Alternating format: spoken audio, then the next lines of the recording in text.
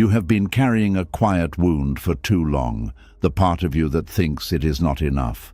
The part that keeps asking why you were not chosen, why you were not loved better, why you are still behind, why praise fades so quickly, but criticism stays like a scar. And maybe nobody sees it because you smile, you work, you keep going. But deep inside, there is a tired voice, still trying to prove that you deserve to exist. Buddhist wisdom teaches that this pain is not who you are. It is something the mind learned through fear, attachment, comparison, and old hurt. And tonight, these lessons will help you sit beside that wounded part of yourself without judging it, without fighting it, without trying to become someone else. Slowly, the shame will soften, the need for approval will loosen, the old belief that love must be earned will begin to break, and something calmer will rise inside you. This is not just another lesson on self-worth. This is a gentle return to the truth that you were never incomplete. You were only taught to forget your wholeness. Are you ready? Let's begin. For most people, the deepest pain is not rejection from the world. It is rejection from themselves. It is the quiet war that happens inside the mind every single day. The endless pressure to be better, stronger, smarter, more lovable, more successful. The feeling that no matter how hard you try, some part of you still whispers, "You are not enough." And the frightening part is that many people no longer even notice they are doing it. Self-rejection becomes normal. Criticizing yourself becomes normal. Living in silent disappointment with who you are becomes normal. But Buddhism teaches that a mind at war with itself can never truly know peace. So before we go deeper into healing, we first have to look directly at the hidden violence most people carry inside themselves without realizing it. There is a form of suffering that leaves no bruise, no scar, no visible wound, yet it exhausts millions of people every single day. It is the suffering of constantly fighting yourself. The suffering of waking up every morning with the feeling that who you are right now is unacceptable. The suffering of carrying an invisible voice inside your head that never fully approves of you. Some people experience this voice loudly, others experience it quietly, but almost everyone carries it in some form. It speaks after mistakes. It speaks after rejection. It speaks while scrolling through social media. It speaks while lying awake at night replaying old memories. Sometimes it even speaks during moments that should feel happy.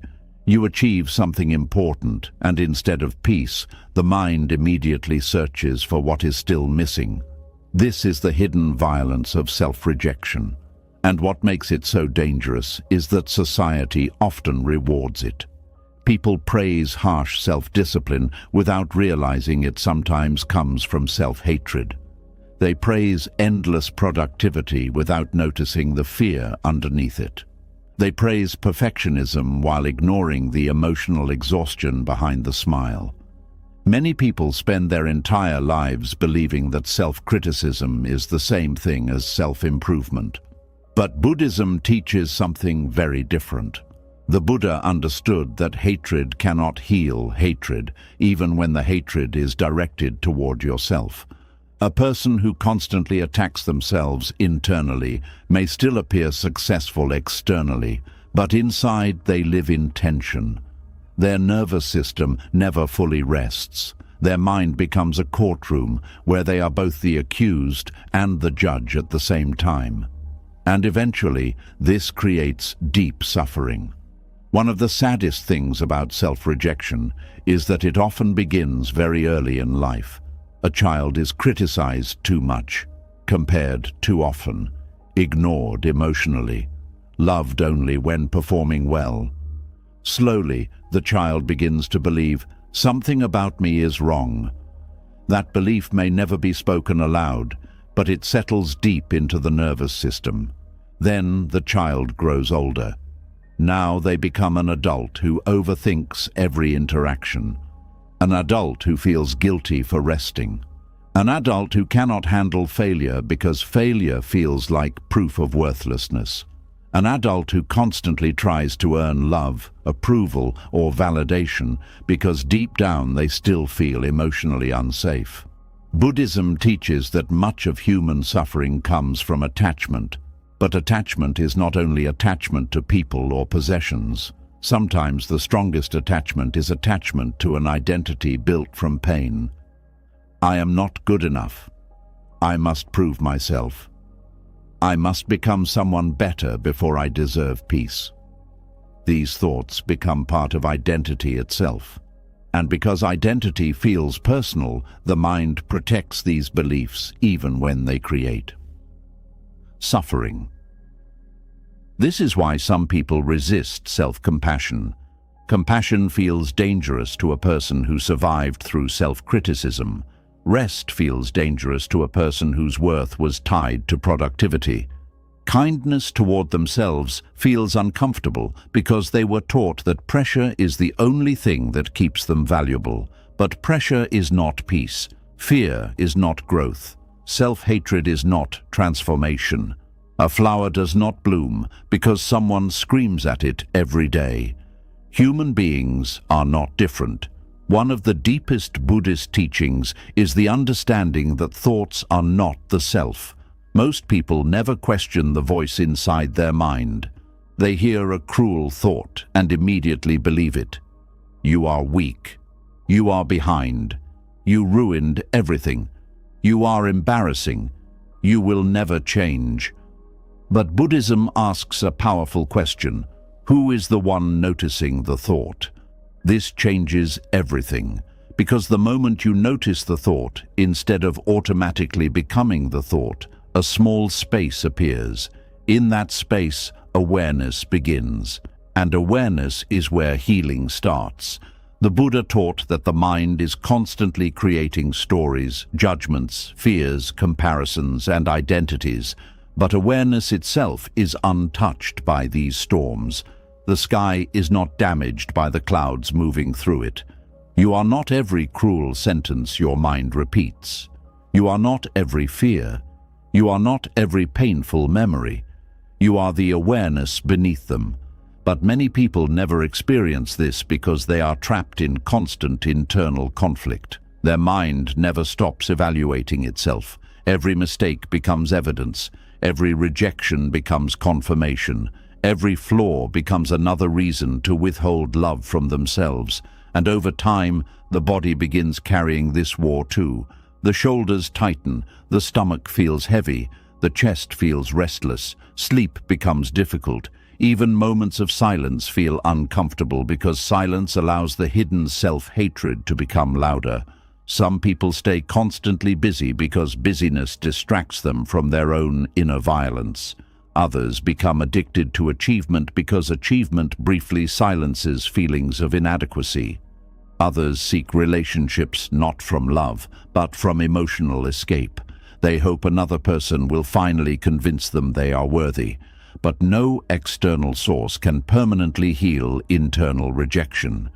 This is why validation feels temporary. Someone praises you, and it feels good for a moment. Then the old insecurity returns. Someone loves you deeply, but eventually fear whispers, "What if they leave?" You achieve success, but the mind quickly moves the finish line again. This is because the wound was never truly about achievement, love, or approval. The wound was the belief that your worth depended on them in the first place. Buddhism teaches that suffering grows whenever the mind becomes attached to conditions. I will be enough when becomes a prison with no ending. I will be enough when I succeed, when I lose weight, when I become richer, when I heal completely, when everyone accepts me. But life keeps changing, conditions keep changing, the mind keeps moving the target, and so peace never arrives.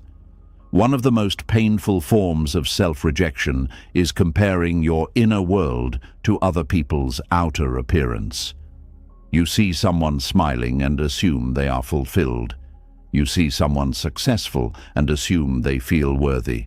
But many people who look confident externally are internally terrified of being exposed as inadequate. Some of the most exhausted people in the world are high achievers, secretly trying to outrun shame. The Buddha saw clearly that chasing identity through external things creates endless suffering because the ego can never feel permanently secure. Even when it wins, it becomes afraid of losing. Even when it succeeds, it becomes afraid of failure.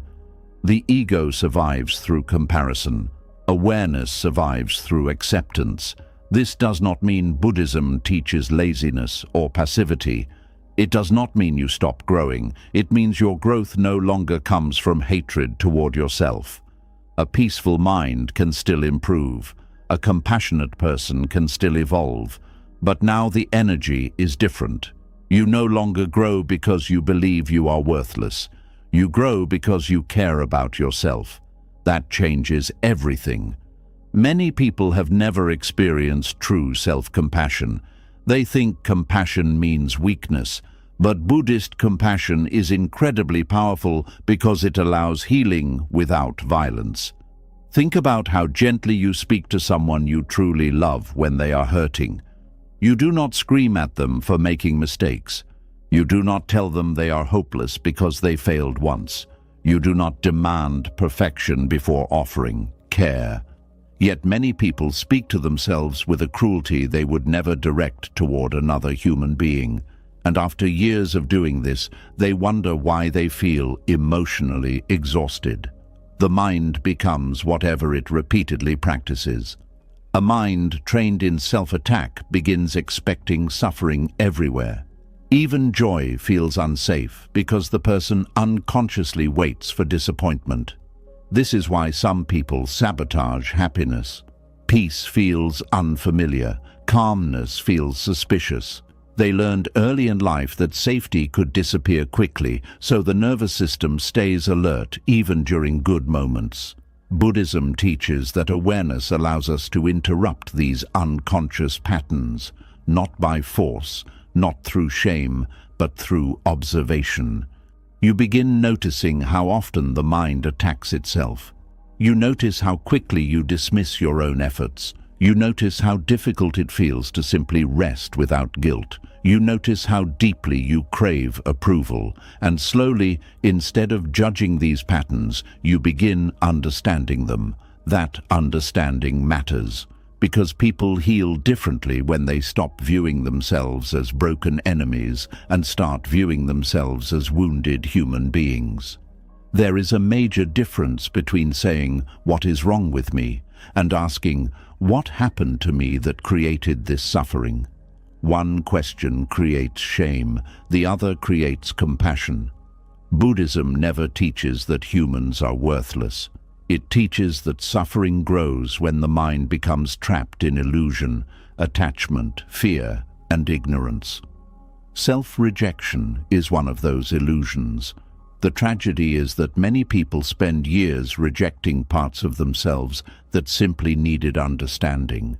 Their sadness needed understanding. Their fear needed understanding. Their anger needed understanding.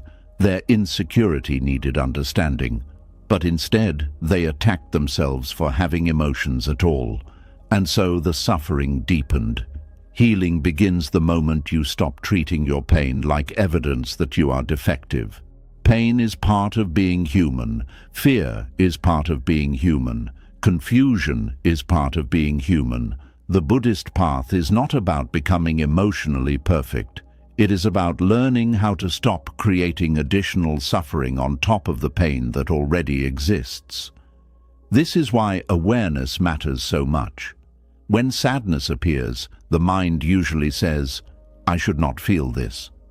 When fear appears, the mind says, "Something is wrong with me." When insecurity appears, the mind says, "I am weak." But awareness simply notices the experience without adding violence to it. This changes the relationship with suffering itself. Instead of drowning inside emotions, you begin sitting beside them. Instead of becoming shame, you begin observing shame. Instead of becoming fear, you begin witnessing fear. That small shift creates enormous freedom. Because the truth is that most people are not destroyed by pain itself. They are destroyed by their resistance to pain, their shame about pain, and the endless self-hatred that follows pain. A person can survive failure. A person can survive heartbreak. A person can survive rejection. But constantly abandoning yourself internally creates a loneliness deeper than any external loss. This is why self-compassion is not selfish. It is necessary, not the shallow kind sold online where people pretend everything is positive. Real compassion is honest. Real compassion says, yes, this hurts. Yes, I am struggling. Yes, I feel afraid. But I do not need to become my own enemy because of it. That is strength. And strangely, when people stop attacking themselves constantly, they often become healthier emotionally. The nervous system relaxes, the mind becomes clearer, decisions improve, relationships improve because they are no longer built entirely around validation and fear. Inner peace grows slowly, not through force, not through perfection, but through ending the war against yourself, one moment at a time. The Buddha once compared the human mind to muddy water. If the water is constantly disturbed, it cannot become clear. But when left still, clarity naturally returns. Most people never allow their inner world to become still. They remain trapped in endless mental conflict, endless proving, endless comparison, endless self-correction. And because of that, they never discover something important. Underneath the fear, underneath the shame, underneath the self-rejection, there is already a quiet awareness untouched by all of it. A part of you that was never broken, a part of you that does not need to earn existence, a part of you that has been waiting patiently beneath the noise of self-hatred this entire time. And maybe that is where healing truly begins. Not when you finally become perfect, not when everybody approves of you, not when you achieve enough, but when you stop turning your own mind into a battlefield, when you stop demanding that your humanity disappear before you deserve compassion, when you finally sit with yourself gently enough to hear the pain underneath the criticism. Because many times the voice saying you are not enough is actually a frightened part of you asking for love in the only way it learned how. And the moment you begin seeing that clearly, the violence starts to soften. And once the violence of self-rejection begins to soften, another hidden pattern becomes easier to see. The mind does not only reject who you are, it also creates a shining version of who it thinks you should be, then punishes you every day for not becoming that person fast enough. This is where a deeper dissatisfaction begins, because you are no longer living with your real self. You are living under the shadow of an impossible self. There is a quiet kind of sadness that comes from chasing a person you can never actually become. Not because you are weak, not because you lack discipline, but because the ideal you inside your mind is not a real human being. It is a moving target built from fear, comparison, memory, shame, fantasy, and desire. It looks perfect from a distance, but the closer you get, the further it moves. The mind says, when I become calmer, richer, wiser, more loved, more attractive, more successful, more healed, then I will finally rest. But notice the trap. The mind never says, you may rest now. It always places peace somewhere ahead of you. Peace becomes a future reward, not a present possibility. And because the future never fully arrives, the heart keeps starving. This is one of the reasons many people feel tired even when nothing terrible is happening. They are not only dealing with life, they are also carrying the pressure of an invisible self they believe they must become. Every ordinary day feels like evidence that they are failing. Every delay feels like personal weakness. Every mistake feels like proof that the ideal version is slipping away again. Buddhist wisdom looks at this suffering with great clarity. It teaches that dissatisfaction is not created only by what is missing in life. It is created by craving, by clinging, by the mind's refusal to meet this moment as it is. The mind creates an image, attaches happiness to that image, then suffers because reality does not obey the image. You may be doing your best, but the mind says, not enough. You may be healing slowly, but the mind says, too slow. You may have survived things that once nearly broke you, but the mind says, you should be further by now. This is how the ideal self becomes a silent tyrant. It does not scream, it simply measures everything. And the painful part is that this ideal version often looks noble. It may look like discipline, it may look like ambition, it may look like self-improvement. But underneath it, there may be a hidden belief that the person you are right now is not worthy of kindness. So you chase a better version of yourself, not from love, but from rejection. Buddhism does not say you should stop growing. It says you should understand the difference between growth and craving. Growth is gentle, clear, and rooted in awareness. Craving is restless, hungry, and never satisfied. Growth says, I care about my life, so I will take one wise step. Craving says, I cannot accept myself until I become something else. That difference may look small, but it changes everything. The ideal self is usually created from fragments, a little from your parents' expectations, a little from people who rejected you, a little from social media, a little from your younger dreams, a little from shame, a little from watching others succeed. Then the mind stitches these pieces together and says, this is who you must become before you can feel enough. But this image is not real. It has no tired days. It has no confusion. It has no emotional wounds. It never says the wrong thing. It never wastes time. It never feels jealous, lonely, afraid, or uncertain. It is calm all the time, productive all the time, attractive all the time, successful all the time, spiritually wise all the time. And because no human being can live like that, you begin to feel like your normal humanity is failure. This is where endless inner dissatisfaction grows. The problem is not that your life has no value. The problem is that the mind keeps comparing your real life to a fantasy life. It compares your real emotions to an emotionless ideal. It compares your real body to a polished image. It compares your real progress to a perfect timeline that never had to face your pain. And because the comparison is unfair, you always lose. The Buddha taught that suffering grows when we cling to illusions. The ideal self is one of the most seductive illusions because it promises relief.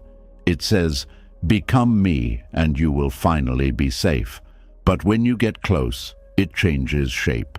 If you become successful, it says you must become more successful. If you become calm, it says you must never feel anger again. If you heal one wound, it points to another wound and says, see, you are still not finished. This is why some people cannot enjoy their progress. Their mind has trained them to look only at the distance remaining, never at the distance already crossed. They could be standing in the middle of a miracle and still feel behind, because the ideal self is always standing further ahead, looking disappointed.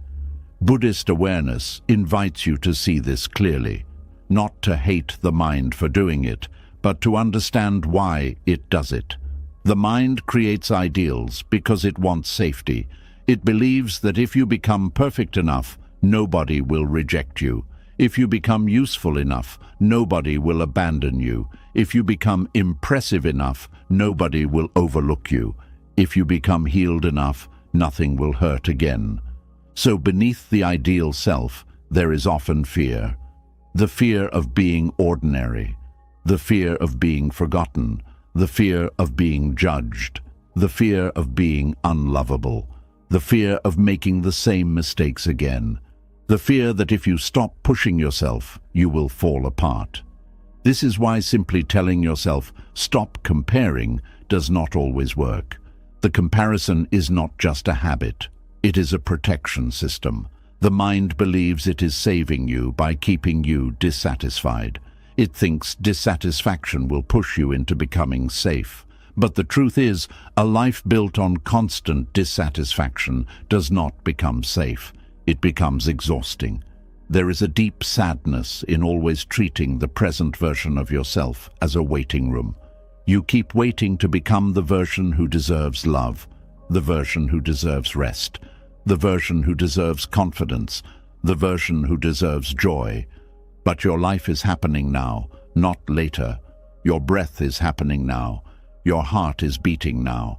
The people who love you are aging now. The days are passing now. If you keep postponing peace until you become ideal, you may reach the end of many years and realize you were never actually living. You were only preparing to live. Buddhist wisdom brings you back to this moment. It asks you to look at the real person sitting here, not the fantasy, not the edited future self, not the perfect spiritual version, the real one, the one who gets tired, the one who tries, the one who sometimes fails, the one who still carries old pain, the one who wants to be loved but does not always know how to receive love. This is the person who needs compassion, not the imaginary one. And here is the strange truth. The more you reject the real self, the harder it becomes to grow. A plant cannot grow well in poisoned soil. In the same way, a person cannot grow peacefully in the soil of self-disgust. You may force yourself forward for a while, but inside, something becomes dry.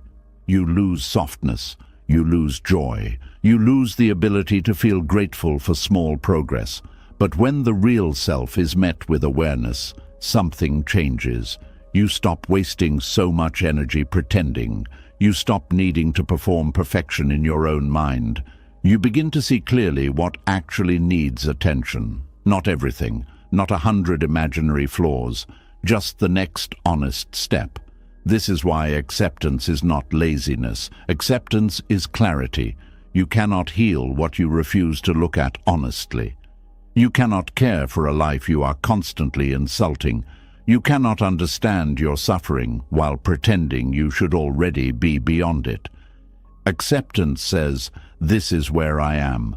Wisdom says, "Now I can take the next step." The ideal self says, "This is where I should be." Shame says, "So where I am is unacceptable." One creates peace, the other creates war. Many people are afraid of accepting themselves because they think acceptance means they will never change. But look closely. Has years of self-attack truly given you peace? Has hating yourself into improvement made you feel whole? Has chasing the ideal self finally ended the hunger? For many people, the honest answer is no. It made them function, but it did not make them free. Buddhism teaches the middle way. It does not ask you to collapse into laziness, and it does not ask you to torture yourself with perfection. It asks you to walk with awareness, to grow without greed, to improve without hatred, to act without attaching your entire worth to the result. This is difficult because the modern world trains the mind to live outside itself. Everywhere you look, someone is showing a better body, a better home, a better relationship, a better routine, a better face, a better version of life. The mind sees these images and begins to build another ideal. It whispers, "That should be you." But what you are often seeing is not life. It is a selected moment, a polished surface, a small piece of someone else's story. You do not see their fear at night. You do not see the argument before the photo. You do not see the emptiness after the achievement. You do not see the insecurity behind the confidence. Yet your mind compares your whole life to their visible fragment. This is not wisdom. This is illusion. The Buddhist path asks you to return to direct experience. What is actually here? What is happening in your body? What is happening in your breath? What thought is rising? What feeling is asking to be seen? When you return to direct experience, the fantasy loses some of its power. You stop living inside mental movies and begin touching reality again. Reality may not be perfect, but it is workable. Fantasy is not. You can care for a real wound. You cannot care for an imaginary perfection. You can take one real step today. You cannot live inside a future version that keeps running away. You can speak kindly to the person you are now. You cannot hug an ideal self that does not exist. One of the deepest reasons the ideal self hurts so much is that it divides you internally. There is the person you are and the person you think you must become. Between them is constant tension. The mind becomes a battlefield of not yet, not successful yet, not attractive yet, not disciplined yet, not healed yet, not confident yet, not worthy yet. But Buddhism teaches that the self itself is not fixed. You are not a solid, permanent failure. You are not a solid, permanent success. You are a changing flow of causes, conditions, thoughts, feelings, habits, memories, and awareness. This means you do not need to worship a fixed ideal identity. You can relate to life more gently, moment by moment. Today, anger may arise. That does not mean you are an angry person forever. Today, sadness may arise. That does not mean you are broken. Today, fear may arise. That does not mean you are weak. These are passing states, not your final identity. The ideal self becomes powerful because the mind believes identity is solid. It says, I must become this fixed, perfect person. But life is not fixed. You are not fixed. Even the version of you that feels unworthy is not fixed. It was formed by conditions, and with awareness, new conditions can form something kinder. This is why mindfulness is so healing. It allows you to see that every thought changes, every emotion changes, every craving changes, every shame story changes. The mind says, I will always feel this way, but awareness notices, no, this too is moving. When you deeply understand impermanence, the ideal self begins to lose its grip. You no longer need to freeze yourself into a perfect image. You can allow life to unfold. You can allow growth to be human. You can allow healing to be uneven. You can allow yourself to be a work in progress without turning that into an insult. There is peace in realizing you do not have to become an imaginary person to be worthy of compassion. You only have to wake up to the suffering caused by chasing that person. This does not happen in one moment. The mind will still compare. It will still create fantasies. It will still say, you should be better. But now you can answer differently. Not with anger, not with another fight. You can simply notice, the mind is creating an ideal again. The mind is reaching for a future self because it feels unsafe now. That gentle noticing is powerful. It removes blame. It turns inner criticism into understanding. You begin to see the ideal self not as truth, but as a mental construction, a dream made of fear and desire. And when you see a dream as a dream, you do not have to obey it completely. You can still have goals. You can still build a better life. You can still learn, practice, heal, and change. But now your goals are no longer weapons pointed at your current self. They become paths of care. You are not running away from who you are. You are walking with who you are. That is a very different life. A person who runs from themselves is never at home. No matter where they go, the pressure follows. But a person who learns to sit with themselves begins to carry home inside their own awareness. This is why the Buddhist path is not about becoming special. It is about becoming awake. Awake to craving, awake to comparison, awake to the stories that create suffering, awake to the simple truth that peace cannot be found by hating the present moment and worshipping a future one. The mind may say, One day when I become ideal, I will finally be kind to myself. But Buddhism gently turns that sentence around and says, be kind now, and from that kindness, a wiser life can grow. Because the real transformation you are seeking does not begin when you finally become perfect. It begins when you stop making perfection the price of peace. And maybe the version of you that needs love the most is not the future self who has everything figured out. Maybe it is the tired self reading these words right now, the one who has been trying for so long, the one who has carried quiet disappointment, the one who keeps comparing, hoping, failing, rising, and trying again. That self does not need another impossible standard tonight. That self needs a moment of mercy. The ideal you may look beautiful in the mind, but it cannot breathe for you. It cannot live this day for you. It cannot heal the pain you keep ignoring. Only awareness can do that. Only compassion can do that. Only the gentle honesty of returning to yourself can do that. So let the fantasy loosen a little. Let the perfect image step back. Let the real person be here, not as a failure, not as a project, not as something unfinished and shameful, but as a living human being, worthy of patience while becoming, worthy of kindness while learning, worthy of peace even before everything is fixed. Because the mind will always be able to invent a better version of you. But your soul does not need an invention. It needs presence. It needs truth. It needs the end of this endless chase. And when you stop chasing the impossible self, you may finally hear the quiet wisdom underneath all that noise, whispering that you were never meant to become a perfect image.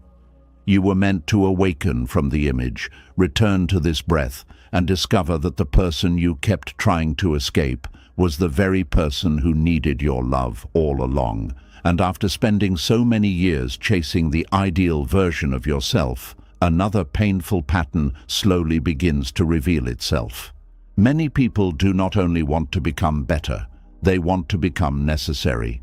Deep down, they believe that if they are useful enough, helpful enough, selfless enough, or important enough to other people, then maybe they will finally deserve love. So they spend their lives giving, fixing, rescuing, carrying, and sacrificing, hoping their usefulness will protect them from abandonment.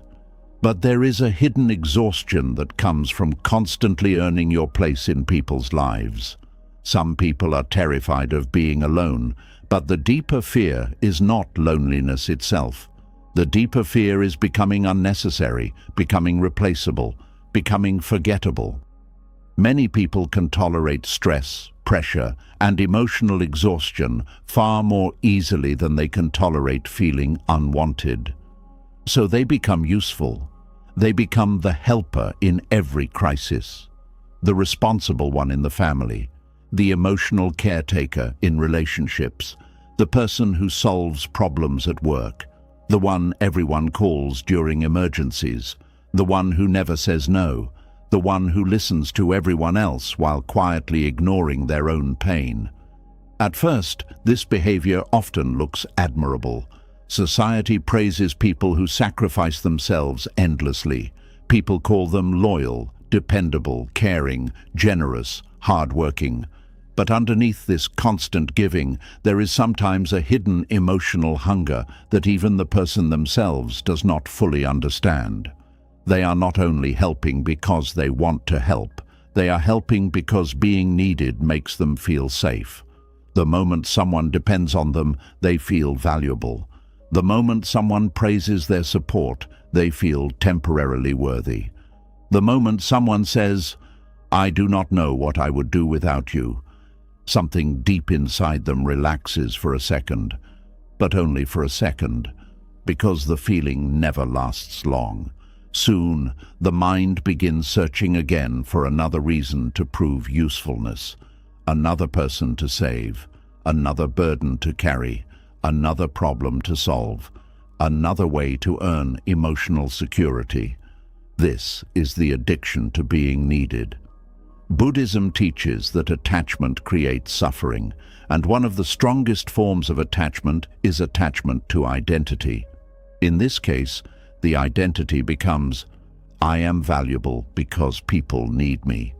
The mind clings tightly to this role because it fears what might happen without it. If nobody needs me, who am I? If I stop helping everyone, will they still love me? If I cannot provide something useful, do I still deserve connection? These questions often remain hidden beneath the surface, but they quietly shape entire lives. Many people learned this pattern in childhood. Love may have felt conditional. Attention may have come only when they performed well, behaved maturely, solved problems, or took care of others. Emotionally, some children became the peacemaker in chaotic homes. Some became the emotional support system for parents who were struggling. Some learned that expressing their own needs created rejection, so they focused entirely on meeting the needs of others. Slowly, the child learns a dangerous lesson. My worth depends on what I can provide. So they grow into adults who feel guilty resting, guilty saying no, guilty disappointing people, guilty prioritizing themselves. Their nervous system becomes trained to scan constantly for who needs help, who needs fixing, who needs emotional support. And because they are often deeply empathetic people, they become very skilled at noticing the emotions of others while remaining disconnected from their own exhaustion. Buddhist awareness helps reveal how painful this cycle truly becomes. A person addicted to being needed often loses contact with their authentic self because their entire identity revolves around usefulness. They become so focused on serving others that they no longer know how to simply exist without performing a role. This creates a strange emptiness. Even when surrounded by people, they feel unseen. People may appreciate what they do, but rarely understand who they are beneath the role they play. The helper becomes emotionally invisible, and eventually resentment quietly begins to grow. Not because they are selfish, but because human beings are not designed to endlessly abandon themselves. A person may spend years giving without limits, but deep inside there is still a longing to be cared for too, to be chosen without needing to earn it, to be loved without constantly proving usefulness. Yet many people trapped in this pattern do not know how to receive love freely. When someone offers care without conditions, it feels unfamiliar, uncomfortable, even suspicious. The mind says, "What do they want from me?" because love without performance feels emotionally unsafe. This is one reason some people attract emotionally dependent relationships. Their identity becomes tied to rescuing others. They feel most connected when someone is struggling because suffering gives them a purpose. Chaos gives them a role. Being needed gives them temporary meaning.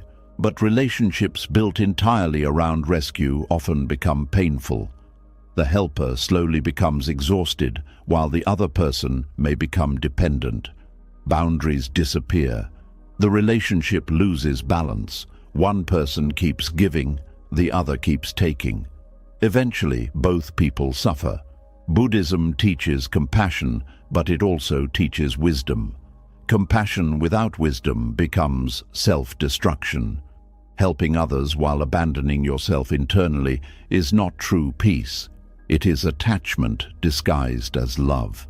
This can be difficult to accept because many people built their entire sense of identity around sacrifice. They fear that if they stop overgiving, they will become selfish or unlovable.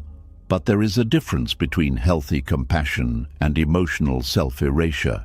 Healthy compassion says, I care about others deeply, but I also care about my own well-being. Self-erasure says, my needs do not matter unless everyone else is okay first. One creates balance, the other creates burnout. The Buddha understood that suffering often comes from clinging to roles and identities. The rescuer identity is especially dangerous because it hides behind goodness. A person can spend years believing they are simply kind-hearted while never realizing they are terrified of becoming emotionally unnecessary. This fear becomes especially painful when relationships change. Children grow up, partners become independent, friends stop needing support, work roles disappear. Suddenly the person feels lost because the role that once gave them worth begins fading away. Many people experience deep emotional crises during these transitions because they never learned how to separate usefulness from existence itself. Without someone to rescue, they feel empty. Without constant responsibility, they feel anxious. Silence becomes uncomfortable because the mind no longer has a role to hide inside. This is why some people unconsciously create situations where they continue being needed. They overhelp, overprotect, overextend. They involve themselves in problems that are not truly theirs to carry. Sometimes they even stay in unhealthy relationships because suffering gives them purpose. Buddhist wisdom gently asks an uncomfortable question. Can you still feel worthy when nobody is asking anything from you? Can you sit quietly with yourself without needing to prove value? Can you rest without earning the right to rest first? Can you believe you deserve love even when you are not solving someone's problems? For many people, these questions feel deeply threatening because their entire nervous system has been trained around performance. The addiction to being needed also affects how people handle boundaries. Saying no feels terrifying because boundaries risk disappointing others. And disappointment feels emotionally dangerous to someone who equates approval with safety. So they say yes when they are tired, yes when they are overwhelmed, yes when they need space, yes when their body is exhausted. Then later, they feel emotionally drained and confused about why life feels so heavy.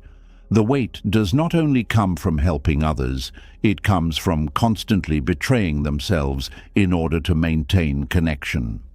Buddhism teaches that attachment creates fear because whatever the mind clings to eventually becomes unstable. If your worth depends entirely on being needed, then every moment of independence from others feels threatening. You may unconsciously fear people healing, growing, or no longer depending on you because your identity is attached to their dependence. This creates hidden suffering inside relationships. True love allows freedom. Attachment fears freedom. A person trapped in the need to feel needed may unconsciously confuse control with care. They may over-involve themselves in others' decisions, emotions, and struggles because helping makes them feel emotionally secure. But real compassion respects the other person's path. It does not need to control outcomes to feel valuable. The Buddha often taught about the importance of balance. A healthy life is not built through extremes. Endless self-sacrifice is an extreme. Endless self-focus is another extreme. Wisdom walks between them. One of the deepest forms of healing happens when a person realizes they are allowed to exist beyond usefulness. Their value is not measured by productivity, emotional labor, or sacrifice. Their existence itself has dignity. This sounds simple, but emotionally it can feel revolutionary. Many people have spent decades believing they must earn every form of love through effort. So when they stop performing, fear rises immediately. The mind whispers, "If you stop giving, people will leave." And sometimes painful experiences from the past reinforce this belief. Maybe love was withdrawn during childhood whenever they disappointed someone. Maybe affection depended on achievement. Maybe they were praised only when helping others. The nervous system learned that connection was conditional. But Buddhism teaches that clinging to conditions creates suffering. If you believe your right to love depends entirely on usefulness, peace becomes impossible because no human being can endlessly perform without collapsing internally. This is why many chronic helpers secretly feel lonely. They are surrounded by people who depend on them, but very few people truly know them. Vulnerability feels difficult because they are used to being strong for everyone else. Receiving support feels uncomfortable because their identity is built around giving support. Some people even feel ashamed of having needs at all. They apologize for asking for help. They hide their exhaustion. They minimize their pain. They say, "I'm fine," while quietly breaking inside. Over time, this emotional suppression creates disconnection from the self. The person becomes so focused outward that they stop listening inward. Their body may feel tense all the time. Their emotions may feel numb. They may lose touch with joy because their life revolves entirely around responsibility. Buddhist mindfulness helps bring awareness back inward. It teaches you to notice your own suffering too, not only the suffering of others. This is not selfishness, it is balance. You begin asking different questions. What do I actually feel right now? What happens inside me when someone is disappointed with me? Why do I panic when I cannot help everyone? Why do I feel guilty resting? Why does being needed feel safer than simply being loved? These questions open the door to understanding, and understanding softens shame. The goal is not to stop caring about people. The goal is to stop using usefulness as proof of worth. A person can still be compassionate without abandoning themselves. A person can still help others without needing their identity to depend on it. This creates healthier relationships because love is no longer built entirely around emotional labor. The person can finally say yes freely instead of fearfully. They can help because they genuinely choose to, not because their nervous system panics at the possibility of rejection. There is also a deep spiritual exhaustion that comes from trying to carry everyone emotionally. Many people secretly believe it is their responsibility to save others from pain. But Buddhism teaches that suffering is part of human existence. You cannot remove all suffering from the world through overgiving. Sometimes wisdom means allowing others to walk their own path. Sometimes compassion means stepping back. Sometimes love means recognizing that your constant rescuing may actually prevent another person from growing.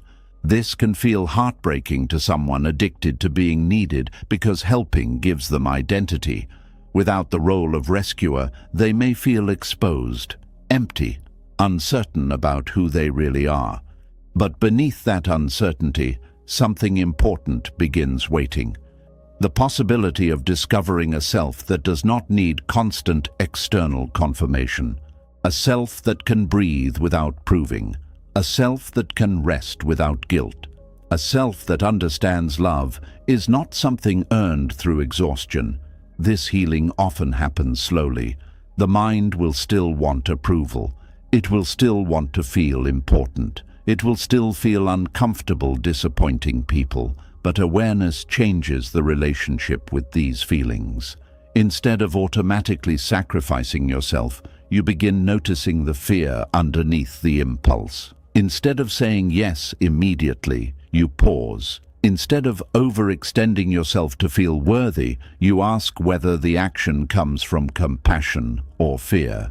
That pause creates freedom. Because for the first time, your actions are no longer completely controlled by the need for validation. Buddhism teaches that freedom does not come from controlling the world around you. It comes from understanding the attachments inside you. The attachment to being needed is powerful because it disguises itself as virtue. But once you see the suffering underneath it, the heart naturally longs for something more balanced, not selfishness. Not isolation, not emotional coldness, but peaceful connection without self-erasure. You begin learning that your worth does not disappear when you rest. Your dignity does not disappear when someone is disappointed. Your existence does not lose value because another person no longer depends on you. You are more than a role, more than a function, more than a source of emotional labor, more than what you provide. This realization can feel deeply emotional because many people have never heard these words before. Their entire life taught them the opposite. But Buddhist compassion includes the self too. The Buddha never taught people to destroy themselves for approval. He taught awareness, balance, compassion, and freedom from attachment. That includes freedom from the attachment to usefulness as identity. And maybe one of the most healing moments in life is when you finally realize that love given freely feels very different from love earned through exhaustion. One leaves you drained, the other leaves you peaceful.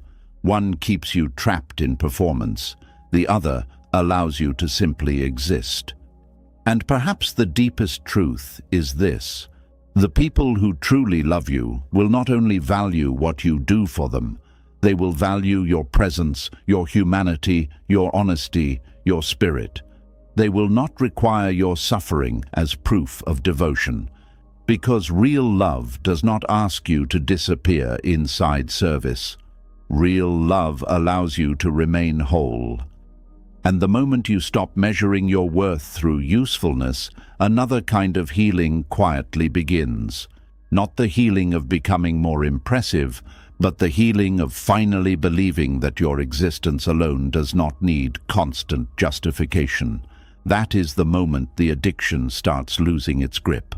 That is the moment you begin returning home to yourself. And when a person finally stops measuring their worth through usefulness, another hidden wound often rises quietly to the surface.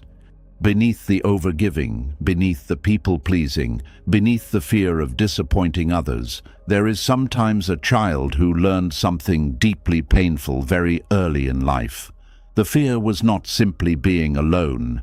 The fear was being emotionally replaceable, being forgotten, being left behind the moment someone better appeared.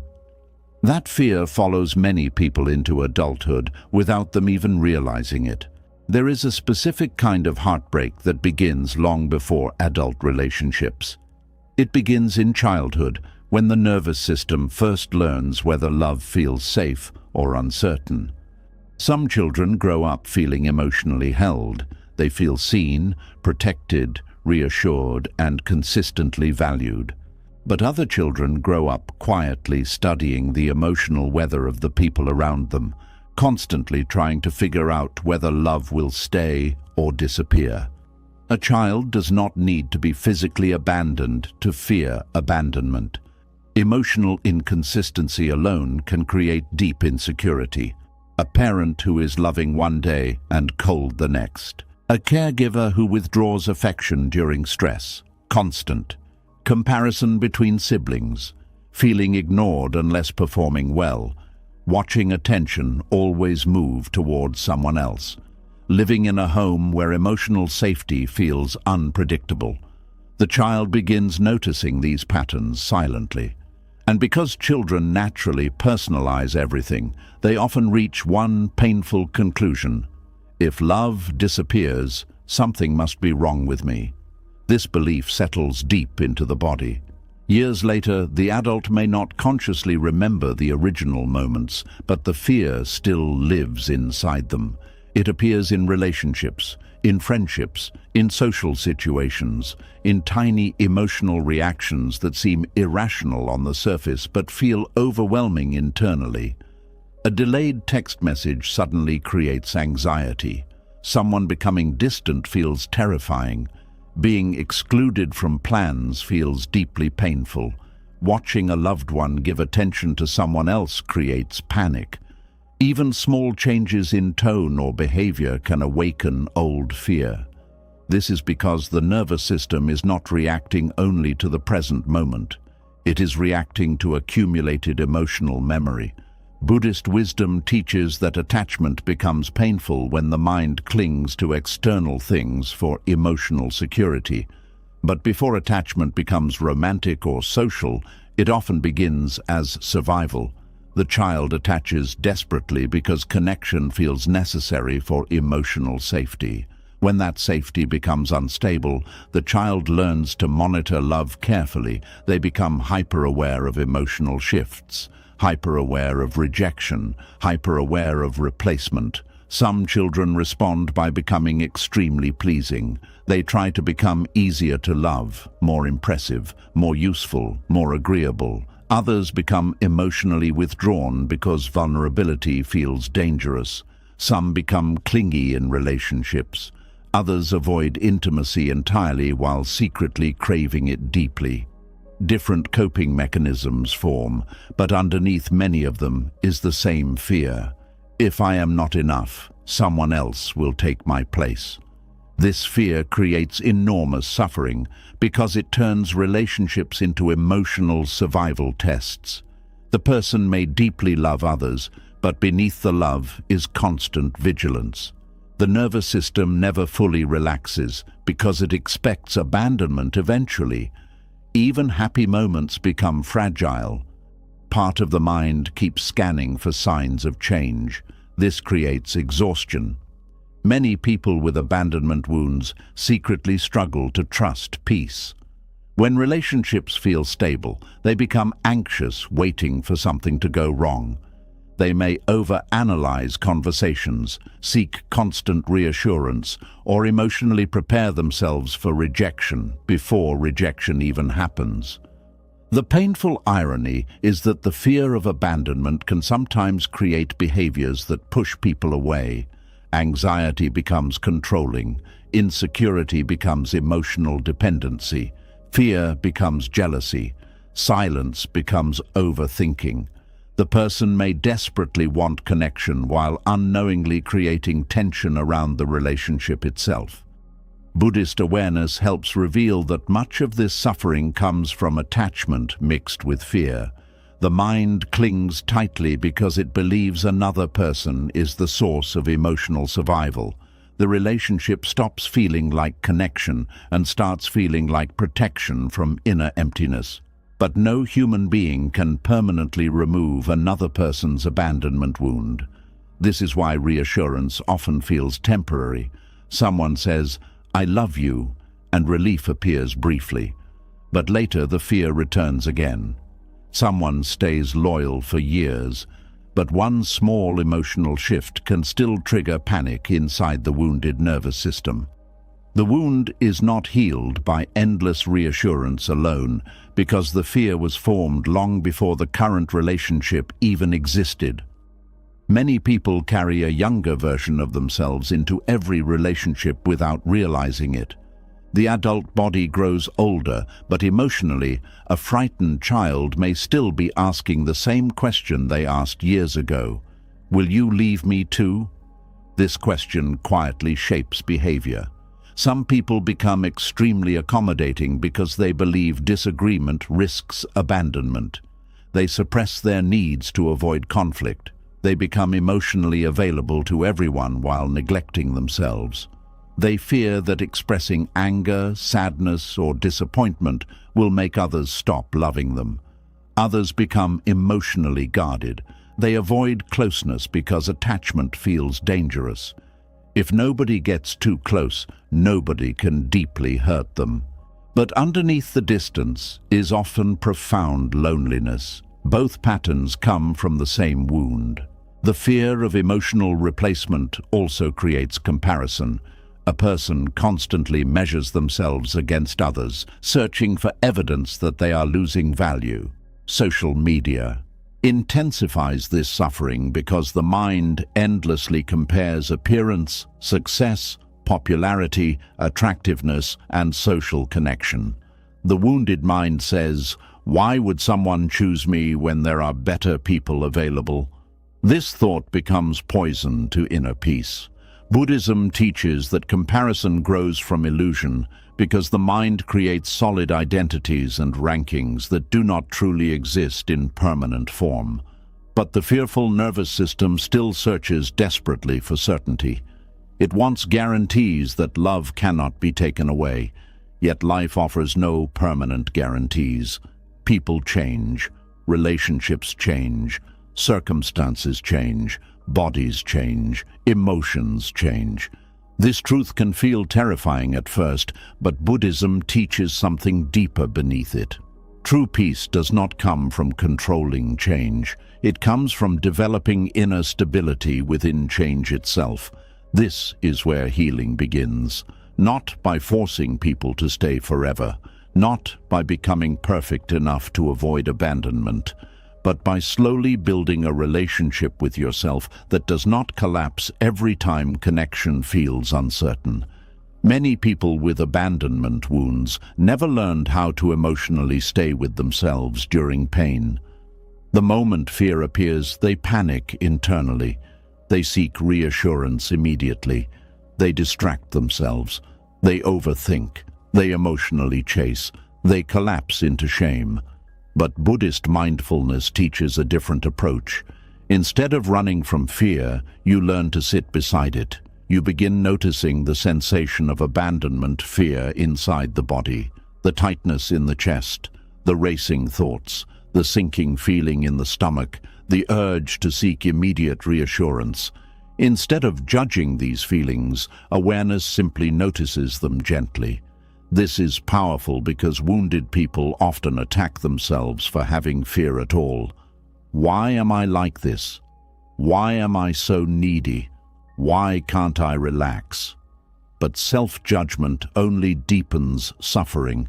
Compassion creates healing. The Buddha never taught that humans should become emotionless. He taught awareness toward emotional suffering without becoming consumed by it.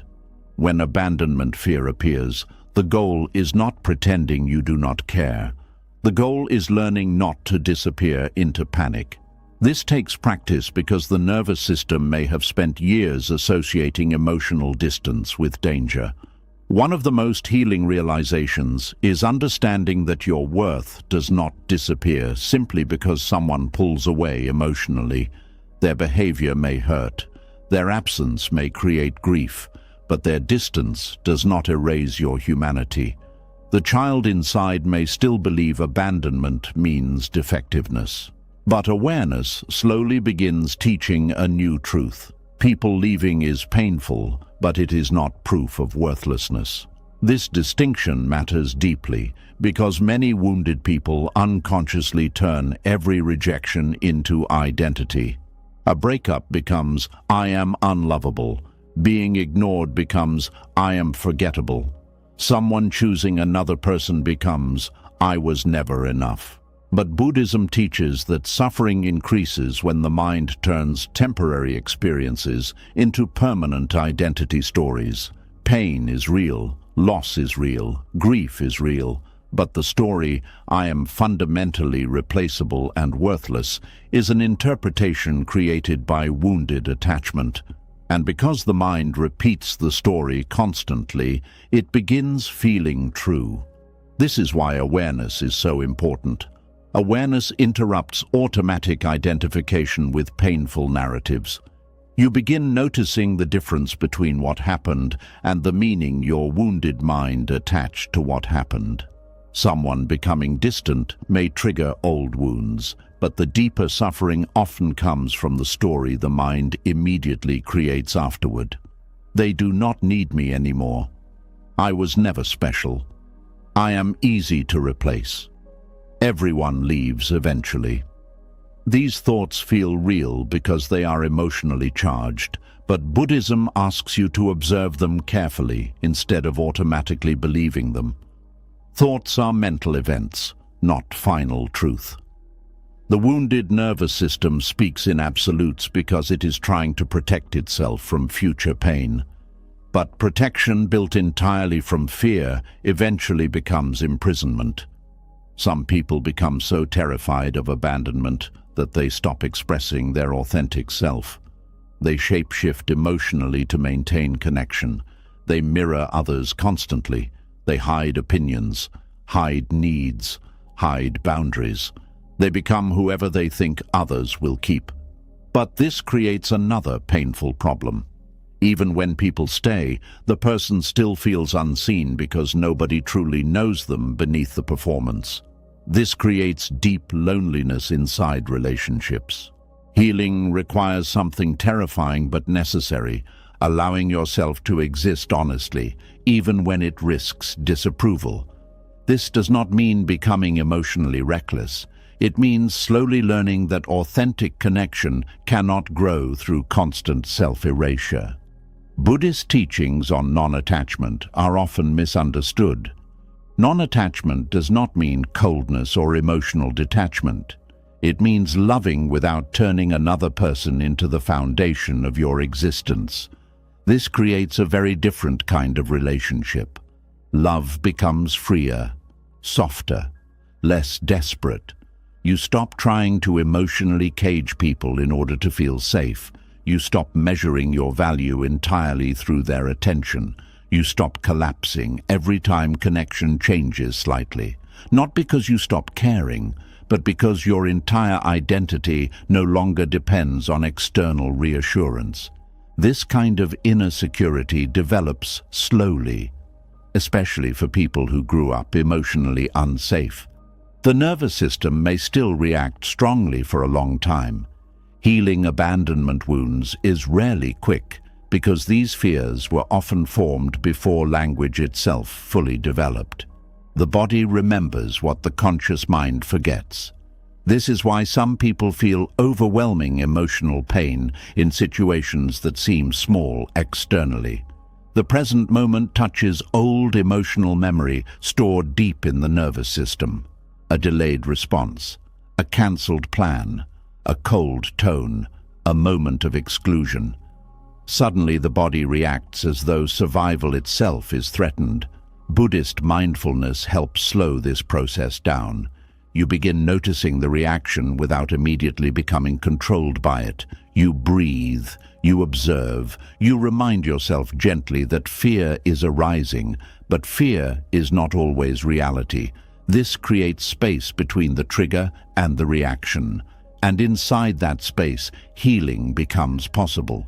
Many people with abandonment wounds also struggle deeply with self-soothing.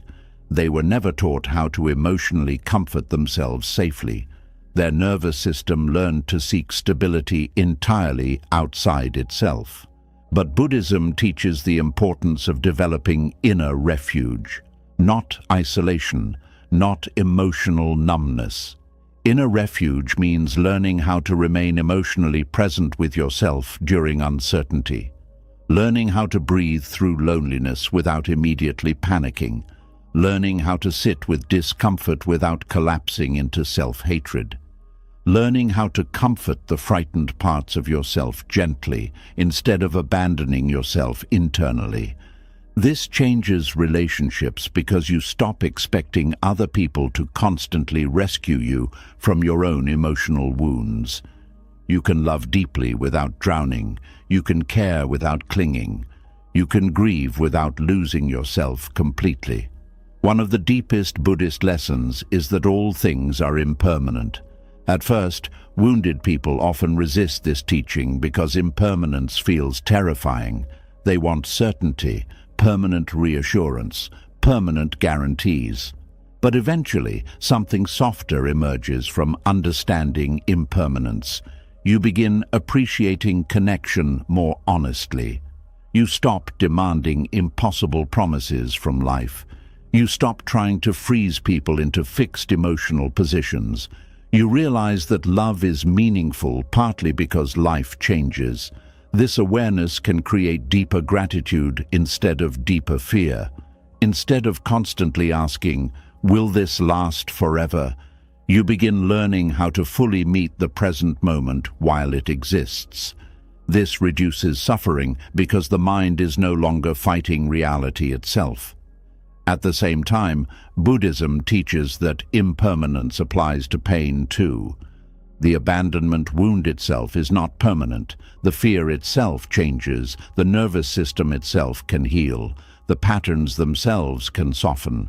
A person who once panicked constantly can slowly become calmer. A person who once believed they were emotionally replaceable can slowly develop inner stability. A person who once chased reassurance endlessly can eventually feel safer within themselves. This healing often begins with compassion toward the younger self who carried these fears for so long. Not pity, not shame, compassion. Because that younger self was trying to survive emotionally with the tools available at the time. The child who became clingy was trying to stay connected. The child who became invisible was trying to avoid rejection.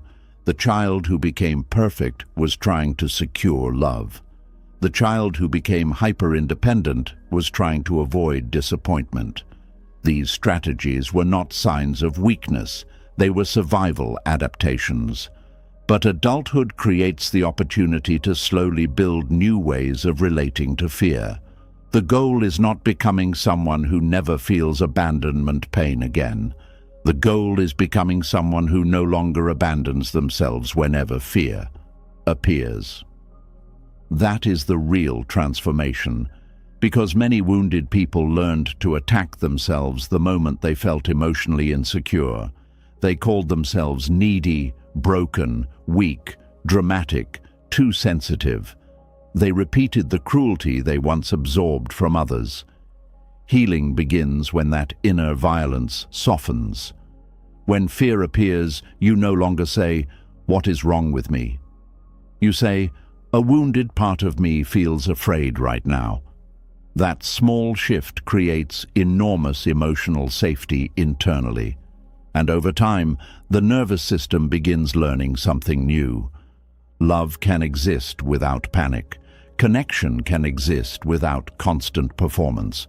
You can survive emotional uncertainty without losing your worth. You can be deeply loved without becoming perfect. Most importantly, you begin realizing that your value was never determined by whether someone stayed, left, chose you, or overlooked you. Human beings are not objects competing for emotional survival, yet wounded attachment often turns life into exactly that. Every interaction becomes a test of worthiness. Buddhist awareness gently ends this war, not by making you emotionally cold, but by helping you discover a deeper stability underneath attachment itself. A quiet place inside you that remains whole even when relationships change. A quiet awareness that notices fear without becoming consumed by it. A quiet compassion that stays beside you when old wounds reopen. And perhaps that is the deepest healing of all. Not becoming impossible to hurt, not becoming emotionally detached, but finally learning that even if someone leaves, even if connection changes, even if life breaks your heart sometimes, you do not have to lose yourself in the process.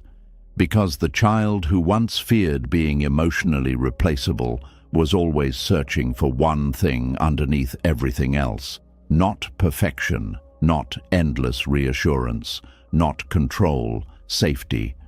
And slowly, through awareness, compassion, and inner presence, you begin becoming the safe place that child was searching for all along. And once you begin to understand the childhood fear of being emotionally replaceable, another painful truth becomes easier to recognize. A frightened heart does not receive praise and criticism equally. Praise may touch the surface for a moment, but criticism often sinks straight into the wound. The kind word feels pleasant, but the harsh word feels like evidence. And this is where the ego quietly begins collecting pain, as if pain is the only truth it can trust. There is something deeply tiring about receiving 10 kind words and still being haunted by the one cruel sentence.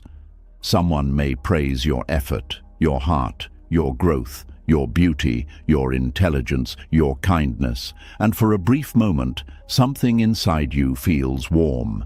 But then one person criticizes you, rejects you, mocks you, misunderstands you, or speaks carelessly, and suddenly the praise disappears like smoke.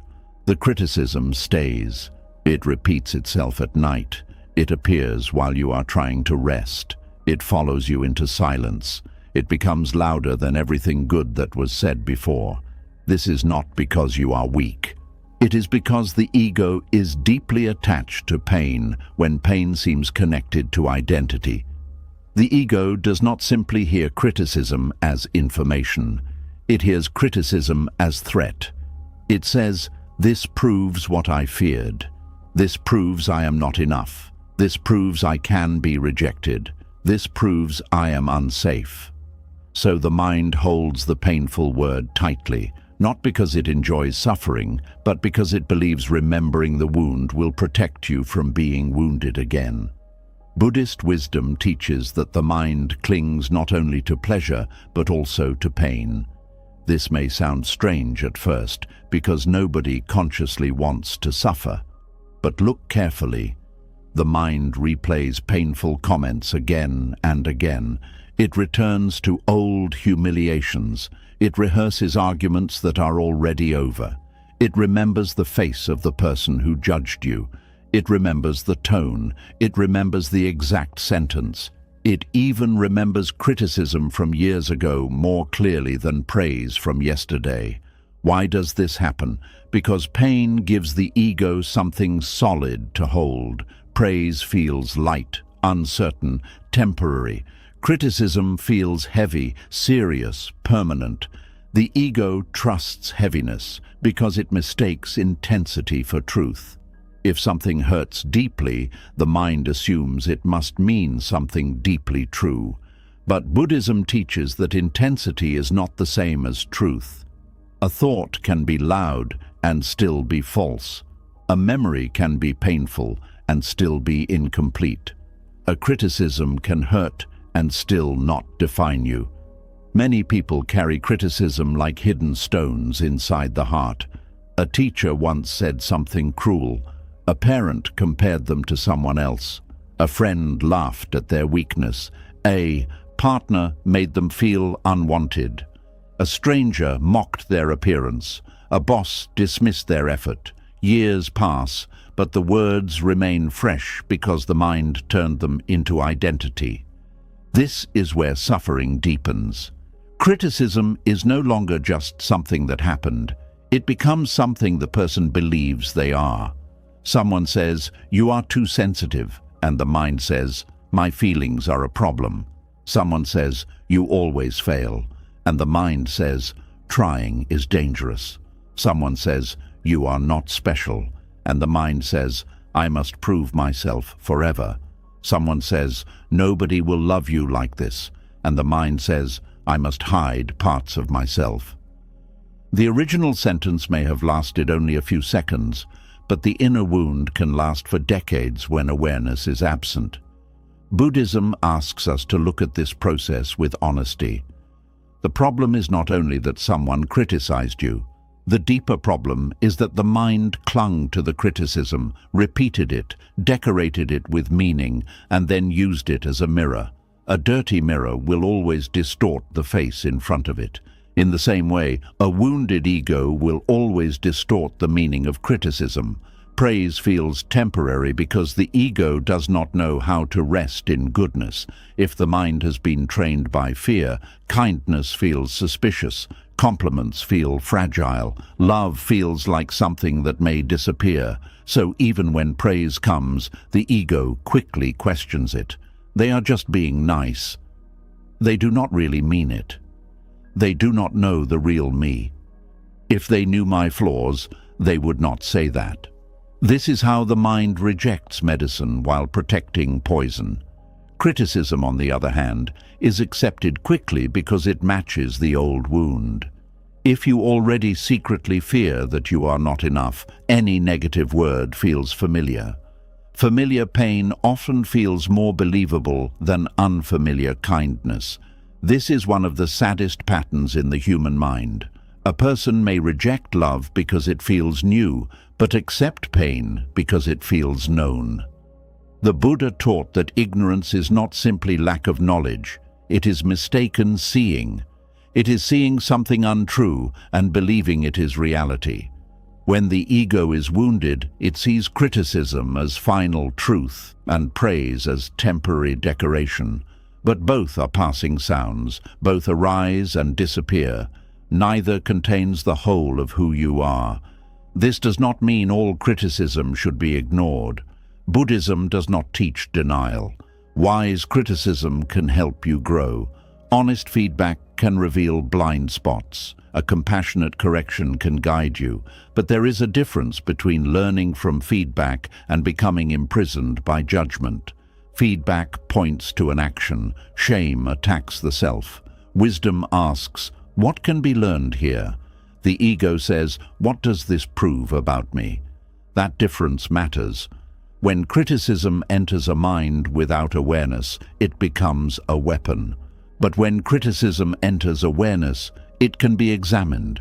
Is this true? Is it useful? Is it complete? Was it spoken from wisdom, anger, projection, jealousy, pain, or misunderstanding? Does this point to something I can improve, or is this simply someone else's suffering spilling onto me? Most people do not ask these questions. They simply absorb the criticism as if every painful word deserves a home inside them. But not every voice deserves a temple in your mind. Not every opinion deserves authority over your worth. Some criticism comes from people who do not even understand themselves. Some comes from envy. Some comes from emotional immaturity. Some comes from control. Some comes from fear. Some comes from people repeating what was once done to them. If you receive every harsh word as truth, you will end up building your identity from the wounds of others. Buddhist awareness gives you the power to pause before swallowing pain whole. That pause is sacred. A word is spoken. A feeling rises. The chest tightens. The ego wants to react. But awareness gently says, let me look at this before I become it. In that moment, freedom begins. The ego's fixation on pain is also connected to survival. The mind evolved to remember danger because danger mattered. A beautiful sunset did not threaten survival, but a snake in the grass did. In emotional life, criticism can feel like danger because rejection once threatened belonging. For a child, losing love or approval can feel frightening. So the mind learns to track criticism carefully. But adulthood requires a new wisdom. Not every criticism is a snake. Not every disapproval is danger. Not every negative opinion is a threat to your existence. Without awareness, the nervous system treats emotional discomfort like survival danger, and the ego rushes in to protect identity. This is why one harsh comment online can ruin an entire day. The body reacts before wisdom has time to speak. The mind becomes defensive, ashamed, angry, or obsessed. It wants to fix the image. It wants to prove the critic wrong. It wants to erase the discomfort immediately. But Buddhism teaches that discomfort itself can become a teacher if you stop running from it. When criticism hurts deeply, instead of only focusing on the critic, you can gently ask, what part of me did this touch? Often, the pain is not only about the comment, it is about the old wound underneath it. A stranger says you are not good enough, and the wound remembers childhood comparison. A partner criticizes your emotions, and the wound remembers being dismissed. A friend makes a joke, and the wound remembers humiliation. A boss questions your work, and the wound remembers the fear of failure. The present comment opens an old room in the heart. This is why reactions can feel larger than the situation itself. You are not only reacting to now, you are reacting to every time a similar wound was touched before. Buddhist practice helps by bringing kindness to the wound instead of only fighting the trigger. The criticism becomes an opportunity to see what still needs care. Not because the critic was right, but because your pain is revealing where attachment remains.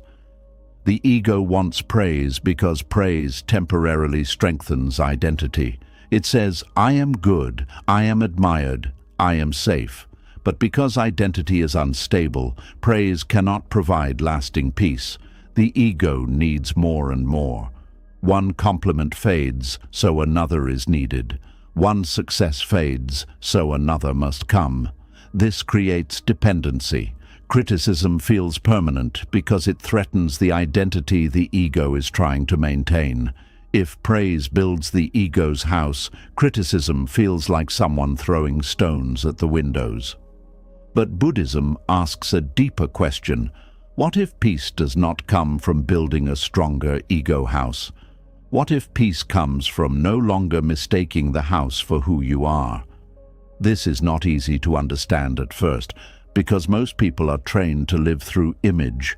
How do I appear? What do they think of me? Am I respected? Am I admired? Am I seen as successful? Am I liked? Am I attractive? Am I impressive?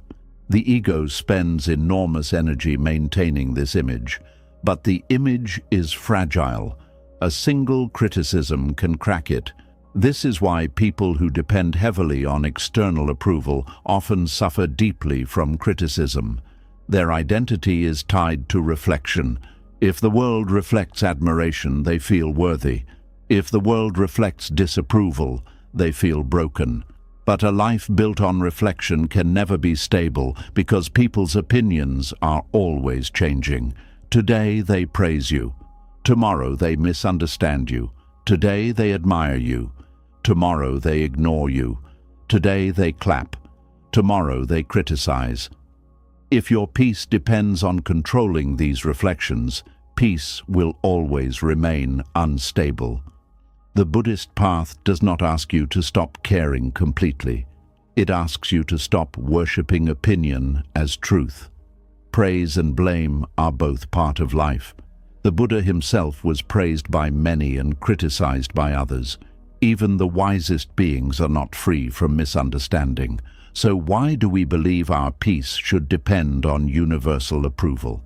There is no version of you that everyone will approve of.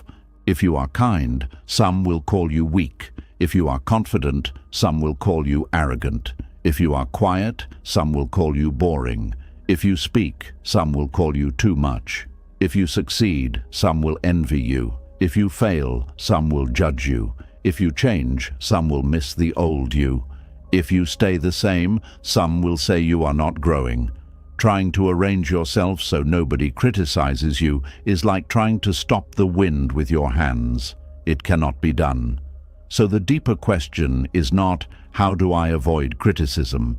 The deeper question is, how do I remain awake when criticism comes? This is where inner freedom begins. When praise comes, receive it gently, but do not build your whole identity on it. When criticism comes, examine it carefully, but do not let it become your name. Both are visitors. Neither should become your master. The ego suffers because it wants to freeze every experience into identity. Praise becomes, I am amazing. Criticism becomes, I am worthless. Awareness sees both as passing conditions. A kind word arises and passes. A harsh word arises and passes. A feeling arises and passes. The self you are protecting so fiercely is also changing moment by moment.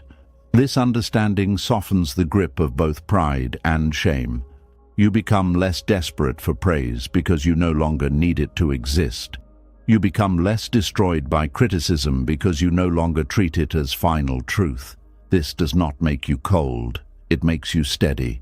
And steadiness is one of the greatest gifts of Buddhist practice. A steady person can listen without collapsing. They can receive praise without becoming addicted. They can receive correction without drowning in shame. They can be misunderstood without immediately abandoning themselves. This is emotional maturity, not numbness, but balance. Many people confuse sensitivity with weakness, but often the sensitive person is not weak. They simply have old wounds close to the surface. A small criticism touches something deep, and the whole inner world reacts. The goal is not to become hard. The goal is to become spacious. A spacious mind has room for discomfort without being consumed by it. A spacious heart can feel pain without turning pain into identity. A spacious awareness can hear criticism and still remain connected to dignity. This is why meditation is so powerful. In meditation, you practice watching thoughts without obeying every thought. You practice feeling sensations without turning every sensation into a story. You practice letting experiences arise and pass. Over time, This teaches the nervous system that not everything requires panic. A harsh word may still hurt, but it no longer has to possess you. A painful memory may still arise, but it no longer has to define the day. A criticism may still sting, but it no longer has to become a life sentence. The ego wants to keep pain alive because it believes pain is protection. But awareness sees that endlessly replaying pain often becomes another form of suffering. Remembering a lesson is useful. Rehearsing humiliation forever is imprisonment. There is a difference between wisdom and rumination. Wisdom learns once, rumination bleeds repeatedly. Many people do not realize they are keeping criticism alive by mentally repeating it. The person who criticized them may have moved on, but inside the mind, the event is still happening. The voice is still speaking. The shame is still fresh. The body still reacts. This is how the past continues living in the present. Buddhist practice invites you to notice when you are replaying old criticism and gently return to now. Not by forcing the memory away, but by recognizing, this is a memory. This is not happening now. This is a thought. This is a feeling. This is pain asking for attention. When you relate to the memory this way, you stop feeding it as identity. You bring compassion to the part that still hurts. Sometimes the criticism that feels most permanent is the one you secretly agree with. That is why it cuts so deeply. If someone says something that has no connection to your insecurity, it may annoy you, but it does not destroy you. But when their words touch a belief you already carry, the wound opens. This is why self-worth matters so deeply. A person with inner security can still feel hurt by criticism, but they are less likely to become the criticism. They have an inner home to return to.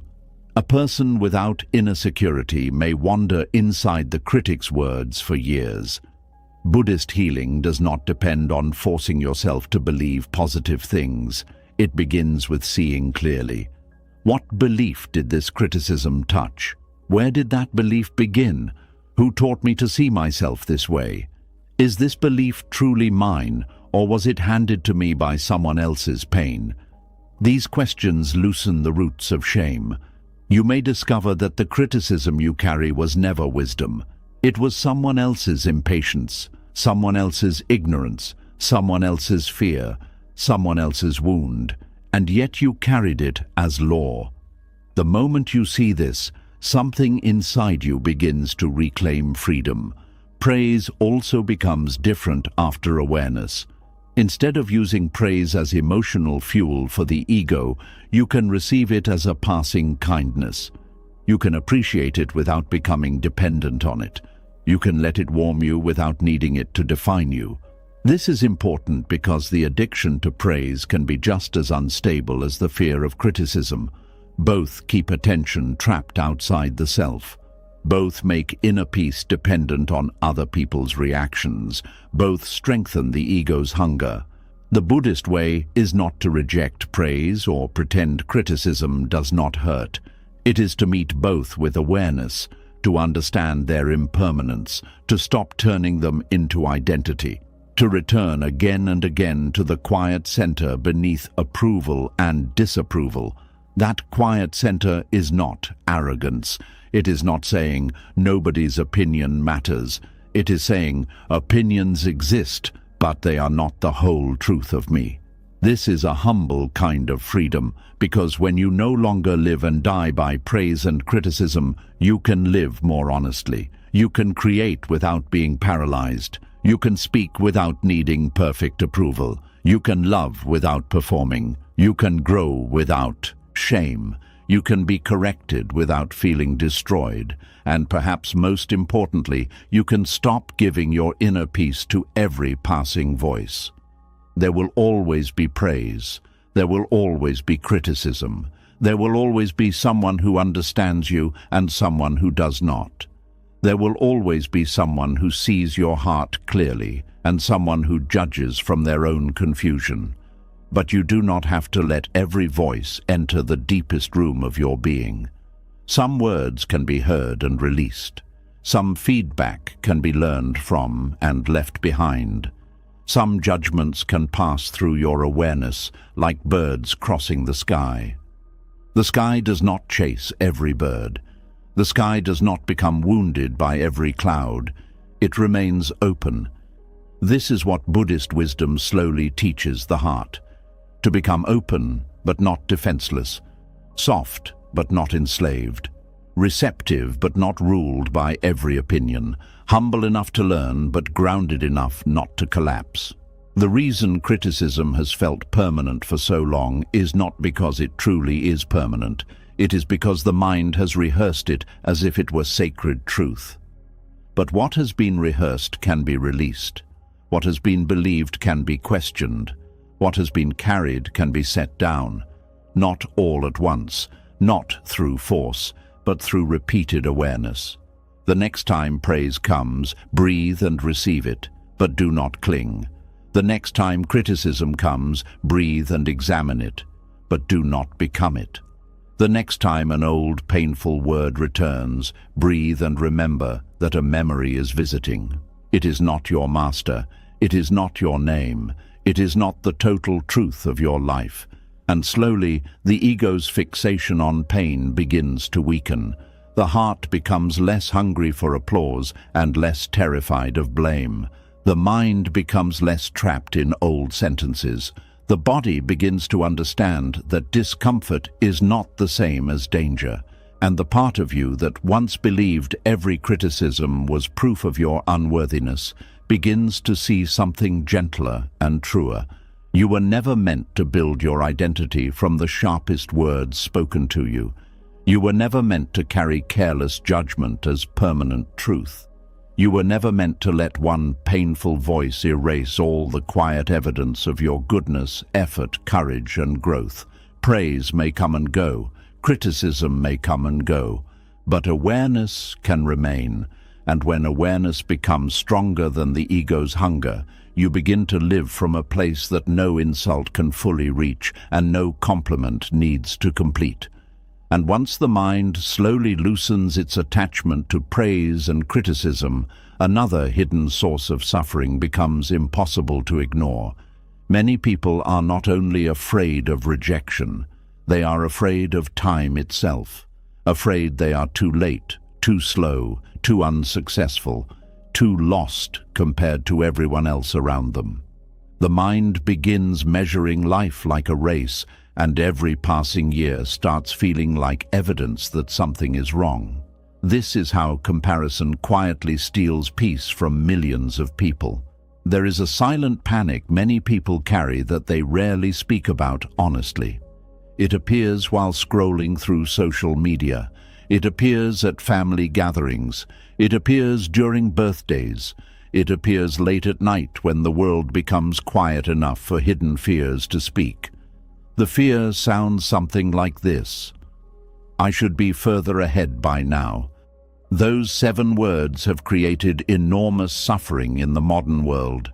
Some people feel behind financially, others feel behind emotionally, some feel behind in love, marriage, healing, success, purpose, confidence, spirituality, or personal growth. Even people who appear successful often secretly feel late compared to someone else. This is because the mind has become trapped inside comparison and imagined timelines. The ego creates invisible deadlines for life, then punishes the person whenever reality does not match the fantasy. By this age, I should have achieved more. By this age, I should be healed. By this age, I should feel happier. By this age, I should know who I am. By this age, I should have figured everything out. And when life unfolds differently, shame appears. But Buddhist wisdom teaches something radical. The suffering is not coming from life itself. The suffering is coming from the mind's attachment to imagined timelines. Time becomes painful when the ego turns becoming into identity. The ego is obsessed with becoming becoming more important, more successful, more admired, more secure, more complete. It constantly says, "Who I am right now is not enough. I must become something else before I can finally rest." This creates endless psychological tension because the mind is always leaning into the future while rejecting the present moment. Buddhism teaches that much of human suffering comes from this inability to fully arrive in the life that is already happening now. The mind keeps postponing peace. It says happiness exists somewhere ahead, somewhere later, somewhere after enough progress has been made. But later keeps moving. This is why even major achievements often fail to create lasting fulfillment. A person reaches the goal they once dreamed about, but instead of peace, another comparison appears immediately. Another timeline, another pressure, another feeling of insufficiency. The mind says, "Yes, but look how much further other people are." This is the trap of comparison. No matter where you stand, the ego can always find someone ahead of you, someone richer, younger, wiser, more attractive, more successful, more disciplined, more healed, more loved, more accomplished. And because comparison has no ending, neither does dissatisfaction. Buddhist philosophy explains that the ego survives through separation. It constantly divides life into categories: better and worse, ahead and behind, worthy and unworthy, success and failure.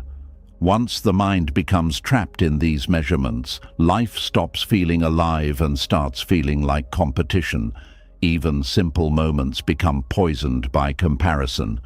A friend shares good news, and part of the mind feels inadequate. Someone else gets married, and the mind questions your own timeline. Someone starts succeeding online, and suddenly your progress feels invisible. Someone younger achieves something impressive, and the ego panics about wasted time. This creates emotional exhaustion because the mind is no longer living life directly. It is constantly evaluating life through the lens of comparison. The Buddha understood that comparison creates suffering because it pulls awareness away from direct experience. Instead of simply living, the person becomes trapped inside mental measurement. They stop experiencing the present moment clearly because they are always checking where they stand compared to others. But here is the deeper problem. Comparison is built on incomplete information. You compare your full inner life to someone else's visible surface. You compare your pain, fears, insecurities, failures, and private struggles to another person's highlights. Naturally, you feel behind. You see someone's success, but not their loneliness. You see someone's confidence, but not their anxiety. You see someone's relationship, but not their emotional wounds. You see someone's achievements, but not the years of confusion behind them. This is why comparison creates illusion. The ego imagines other people's lives as complete stories based on fragments. Buddhist awareness cuts through this illusion by bringing attention back to reality instead of fantasy. What is actually happening right now? What is truly here in this moment? What thoughts are creating suffering? What expectations is the mind clinging to? Many people never ask where their timelines even came from. They simply inherited them from society, family, culture, social media, and fear. At some point, they unconsciously accepted a script about how life should unfold. Success by this age, marriage by this age, children by this age, healing by this age, financial security by this age, emotional maturity by this age. But life is not a factory assembly line. Human beings do not unfold in identical timing. Some people bloom early, others bloom after deep suffering. Some learn love young, others learn wisdom through heartbreak. Some find purpose quickly, others discover themselves after years of confusion. A tree does not panic because another tree grows taller, faster. A river does not feel ashamed because another river reaches the ocean sooner. Only the human ego turns life into a race. This is why Buddhism places enormous importance on presence. The present moment is the only place life actually exists. Yet many people barely experience it because their attention is trapped in imagined futures or painful comparisons. The mind says, "I will finally relax once I catch up." But catch up to what? Most people never stop long enough to ask that question honestly. Catch up to society's expectations, to other people's lives, to your younger fantasies, to the ideal self created by fear and comparison. The destination keeps changing because the ego itself is unstable. This is why becoming cannot create permanent peace. The moment one goal is reached, the ego immediately creates another future version that must be chased. It survives through incompleteness. Buddhism does not reject goals or growth. It rejects attachment to becoming as the source of worth. There is a major difference between taking meaningful action and psychologically postponing your right to exist peacefully until certain conditions are met. Many people live as if they are permanently almost enough, almost successful enough, almost healed enough, almost attractive enough, almost wise enough, almost ready enough. And because almost never ends, they spend years emotionally starving while waiting to arrive somewhere the ego itself keeps moving further away. One of the saddest consequences of feeling behind in life is that people stop seeing their own path clearly. Comparison blinds them to their actual growth. They become obsessed with what is missing while ignoring what has already survived, healed, learned, endured, and transformed. A person who once could barely get out of bed may now be rebuilding their life quietly, but comparison whispers, "You should still be further."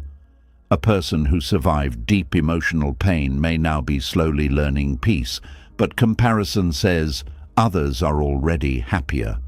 A person who spent years lost may finally be finding direction, but comparison says, "You wasted too much time." This is how the ego steals gratitude from the present. Buddhist teachings on impermanence also help dissolve the illusion of falling behind. Everything in life changes constantly. Success changes, failure changes, relationships change, bodies change, careers change, emotions change, identities change. The version of life you envy today may look completely different years from now. Yet the ego treats temporary conditions like permanent rankings. The Buddha saw clearly that attachment to status creates suffering because status itself is unstable. Today, someone appears ahead. Tomorrow, life changes everything. Illness, loss, heartbreak, aging, confusion, or transformation can completely alter a person's path. This does not mean life is meaningless. It means life is fluid. The ego craves fixed certainty. Reality does not provide it. One of the deepest forms of suffering happens when people confuse delayed outcomes with personal failure. Sometimes life unfolds slowly, not because you are broken, but because certain lessons require time. Some people need years to heal wounds others never carried. Some people spend years surviving before they can begin thriving. Some people lose themselves before they find deeper truth. There is wisdom that only suffering teaches. The person who feels behind may actually be developing emotional depth impossible to measure externally. Compassion, resilience, humility, self-awareness, spiritual maturity, patience, and emotional understanding often grow silently through painful experiences, but modern culture rarely values invisible growth.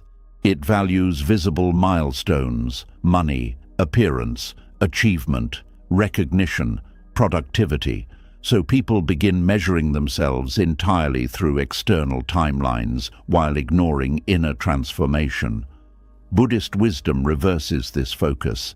It asks not, "How impressive is your life?"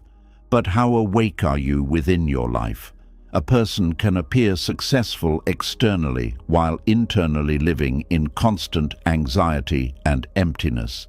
Another person may appear ordinary while quietly developing peace, awareness, compassion, and emotional freedom. Which one is truly ahead?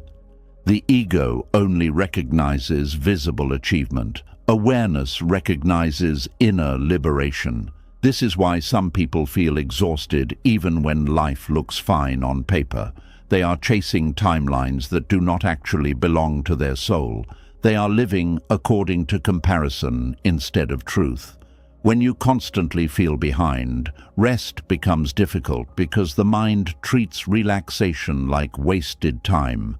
Joy becomes difficult because enjoyment feels irresponsible while falling behind.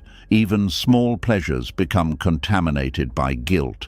The nervous system stays tense because the ego experiences life as urgency.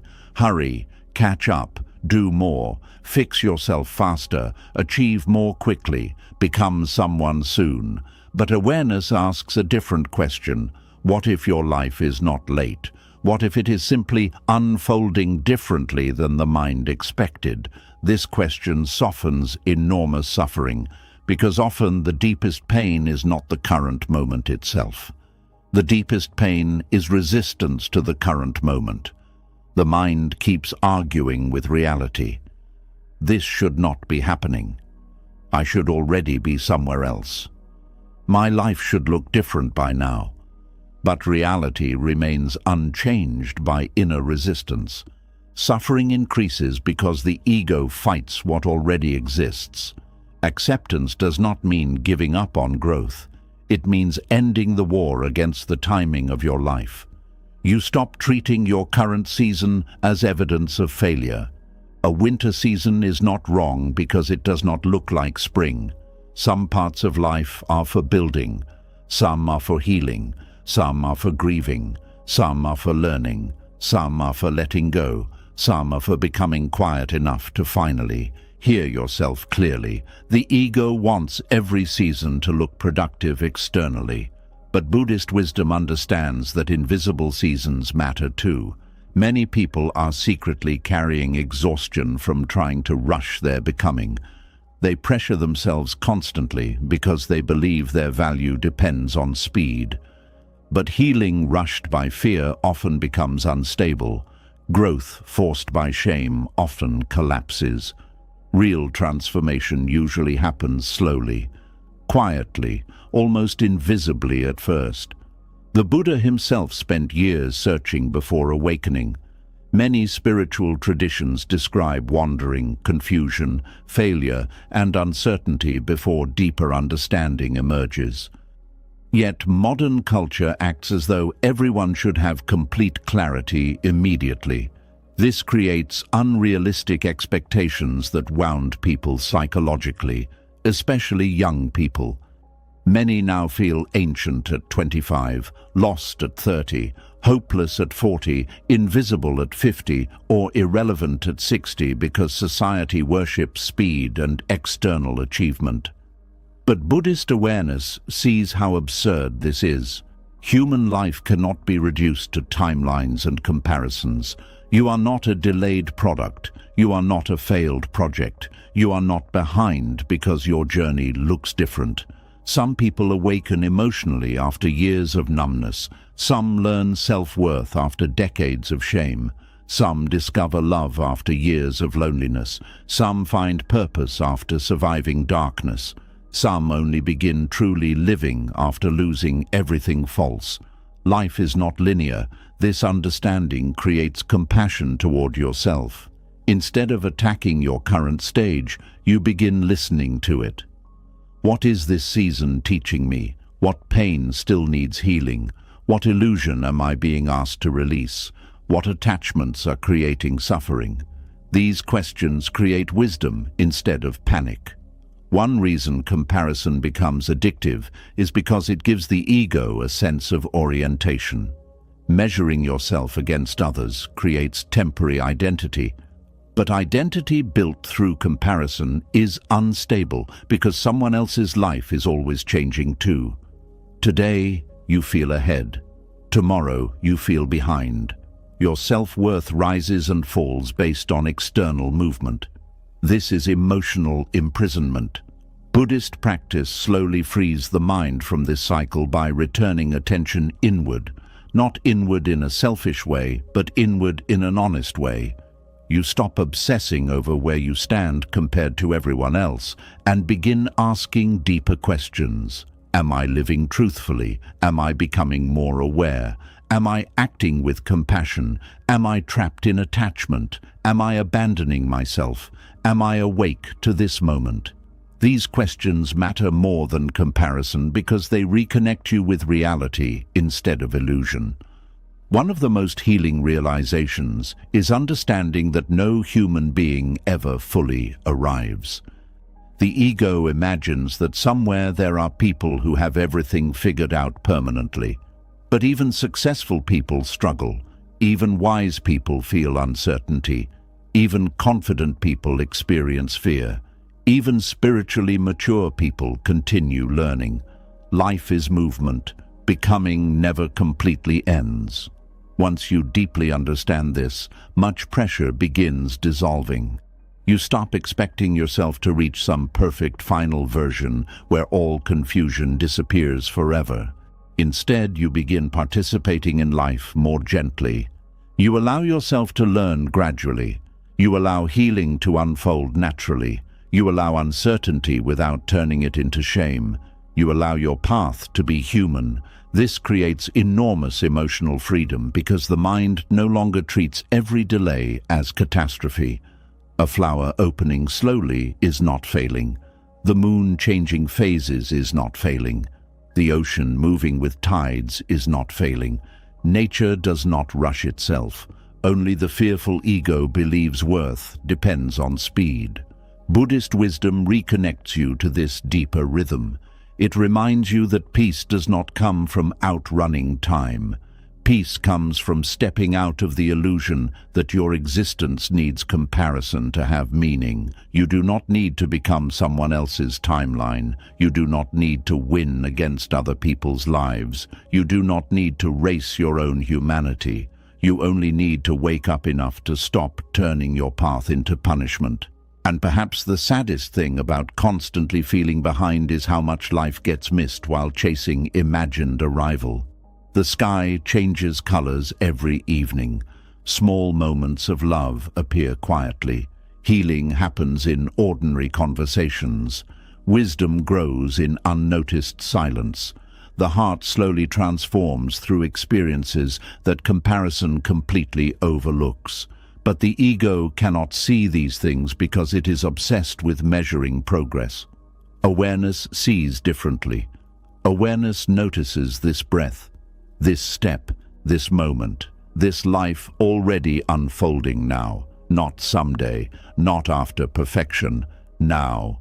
And when you truly begin living from that awareness, something inside you relaxes for the first time in years. The pressure to catch up softens. The urgency begins fading. The comparison loses some of its power. You stop treating yourself like a late version of somebody else. You begin meeting your own life directly.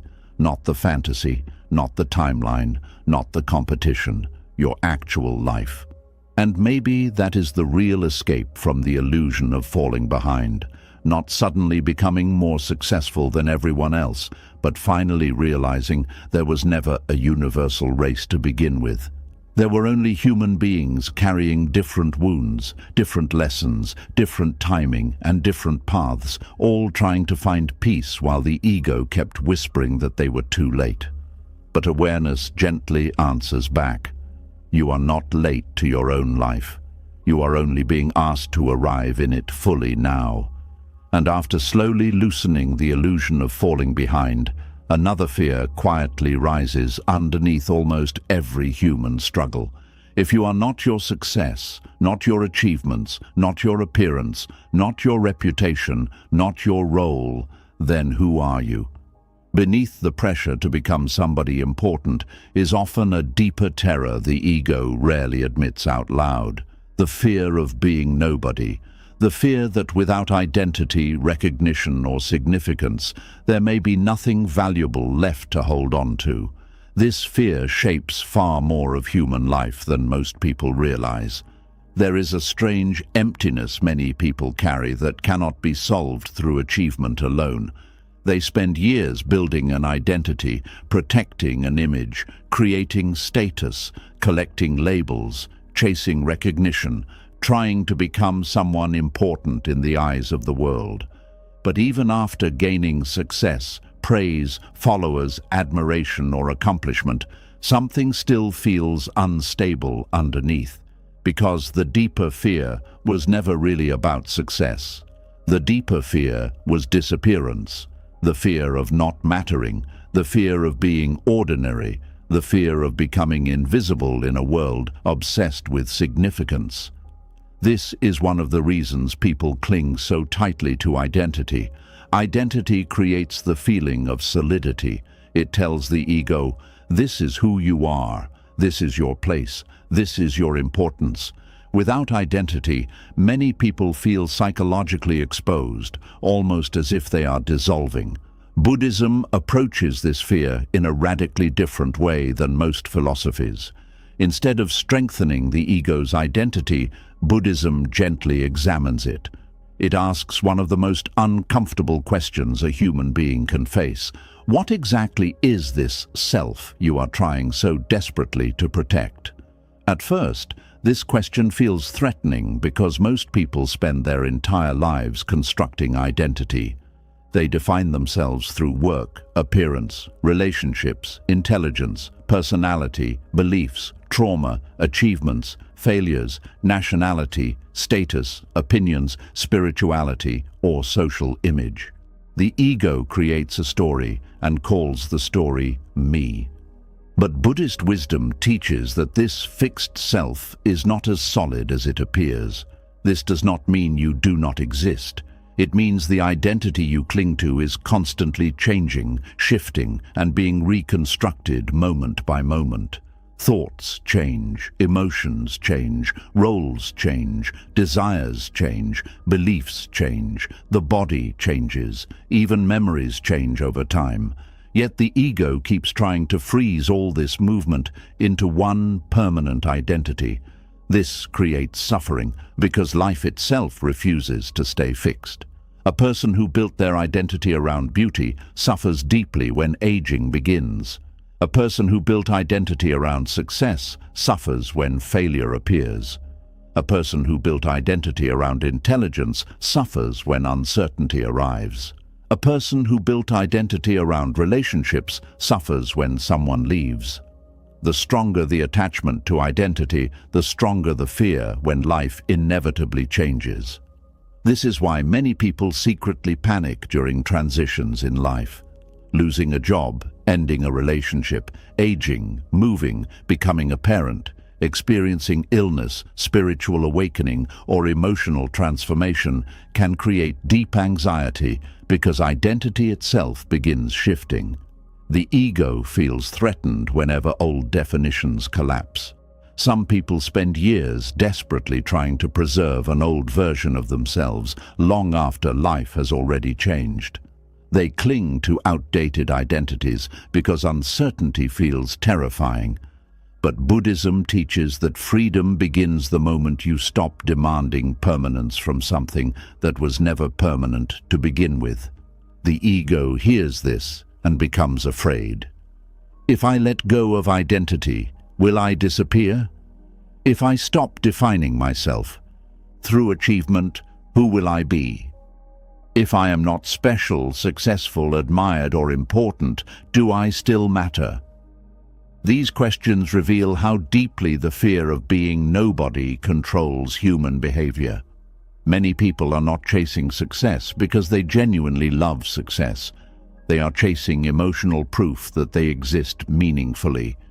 Recognition temporarily silences the fear of emptiness. Attention temporarily comforts insecurity. Status temporarily protects the ego from feeling invisible. But the relief never lasts long. Soon the ego needs another achievement, another validation, another reminder of importance. This creates endless psychological hunger because external identity can never fully stabilize inner insecurity. The Buddha understood this deeply. He saw that the ego keeps searching for permanent solidity in a world where everything changes. But instead of creating peace, this search creates attachment, fear, anxiety, comparison, and suffering. One of the most difficult truths for the ego to accept is that no identity can fully protect you from impermanence. Titles fade, bodies age, reputations change, popularity disappears, success fluctuates, roles shift. Even the image you have of yourself changes repeatedly throughout life. The ego experiences this instability as terrifying because it wants certainty. It wants something fixed to hold on to. But Buddhism gently reveals that the problem is not change itself. The problem is clinging. A hand gripping water tightly cannot hold it. The tighter the grip, the faster the suffering. Many people secretly live in fear of insignificance. They worry that if they stop achieving, producing, posting, performing, impressing, or proving themselves, nobody will care about them anymore. This fear becomes especially strong in cultures obsessed with visibility and productivity. People begin treating existence itself like performance. They constantly manage how they appear. They carefully shape public identity. They fear silence because silence removes external confirmation.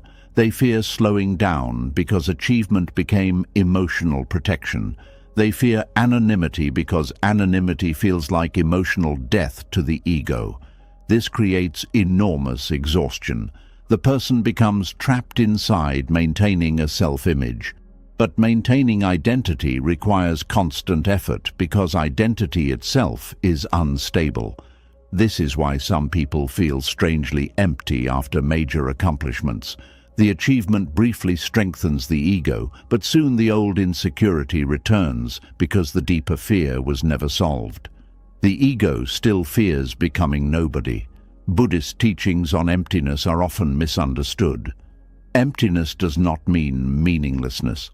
It means that the self does not exist independently as a fixed, permanent entity.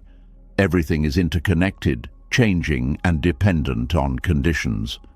At first, this idea can feel frightening because the ego wants solidity, but eventually something extraordinary begins happening. The fear of being nobody slowly transforms into freedom from needing to become somebody.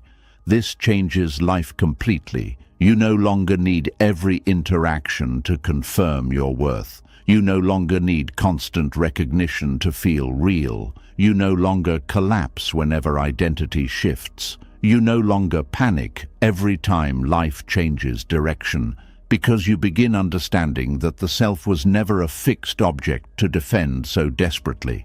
This creates spaciousness inside the mind. Instead of constantly protecting identity, awareness begins observing experience more openly. Thoughts arise and pass. Emotions arise and pass. Roles arise and pass. Success arises and passes. Failure arises and passes. None of them fully define the totality of your existence. This realization softens enormous suffering.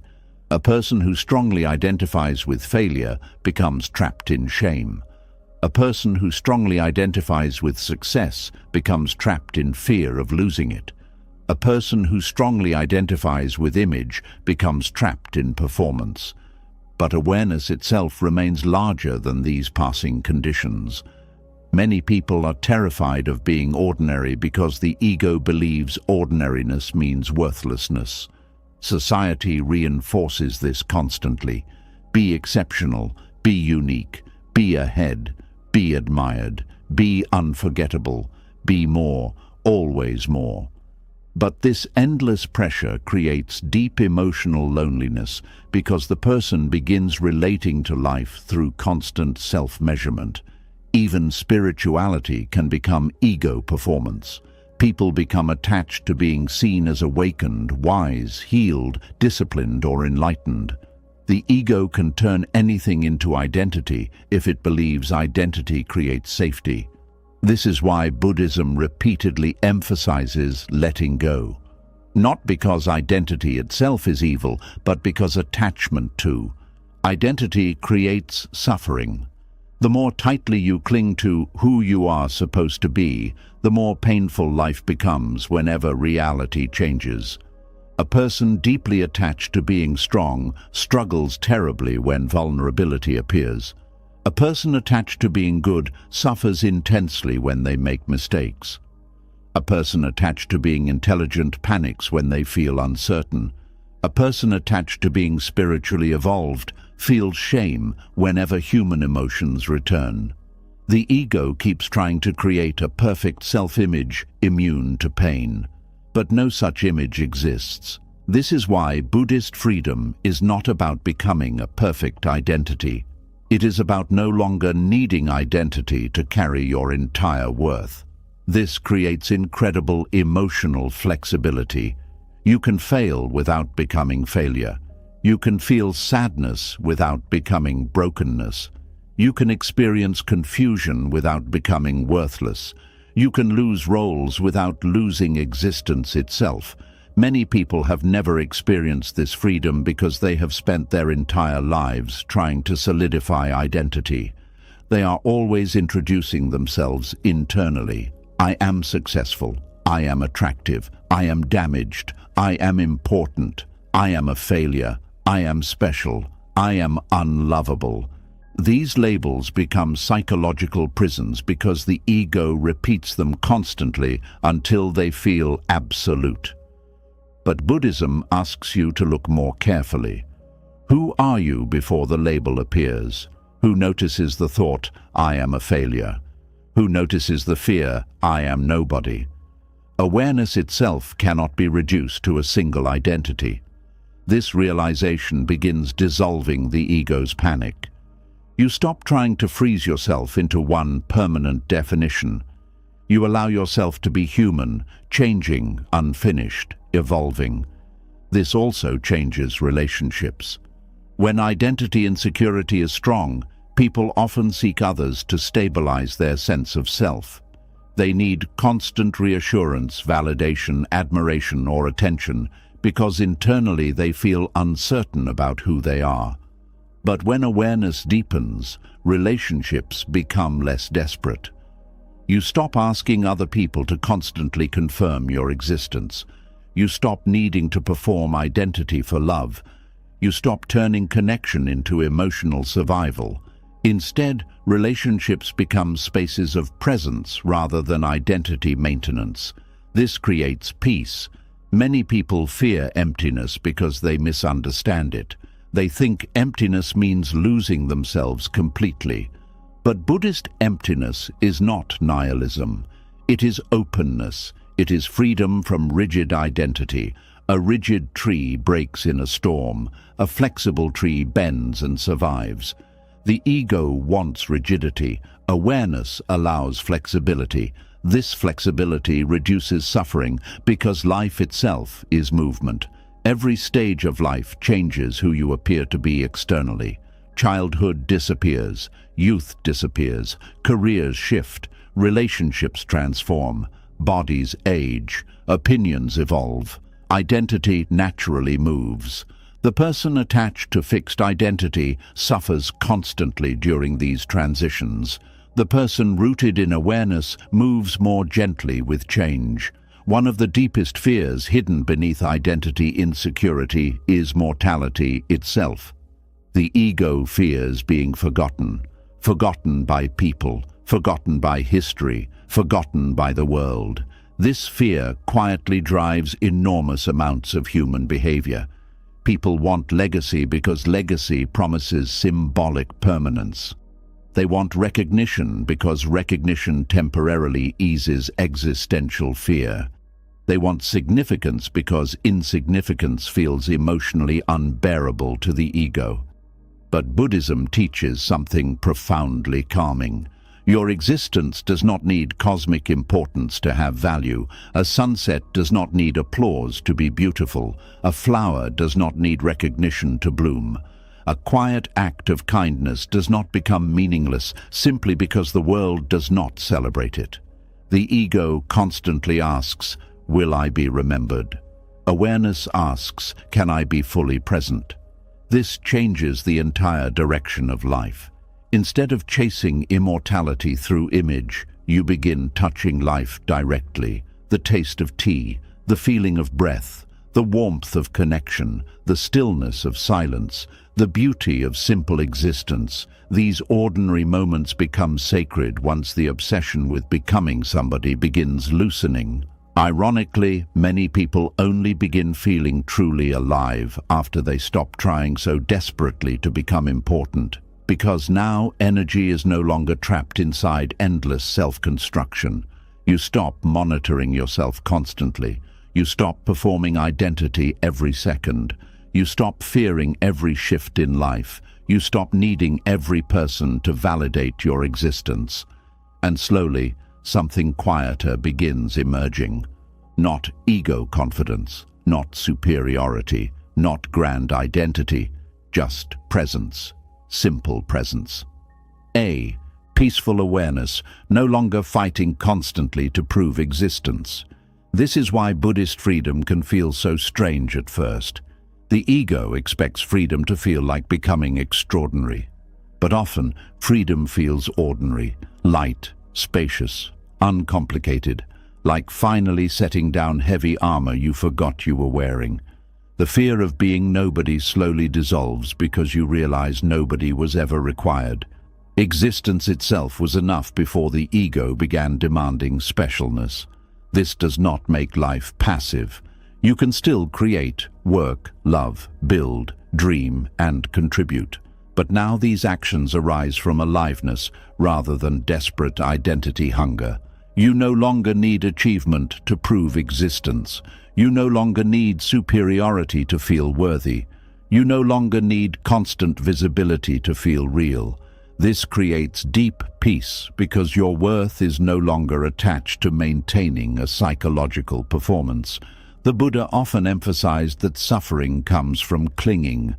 Identity insecurity is one of the deepest forms of clinging because the ego believes letting go means annihilation. But the opposite often happens. The more identity softens, the more alive life feels. Colors feel brighter. Moments feel deeper. Relationships feel more genuine. Silence feels less threatening. The present moment becomes accessible again because attention is no longer trapped in constant self-construction. There is enormous relief in no longer needing to be extraordinary every second to deserve existence.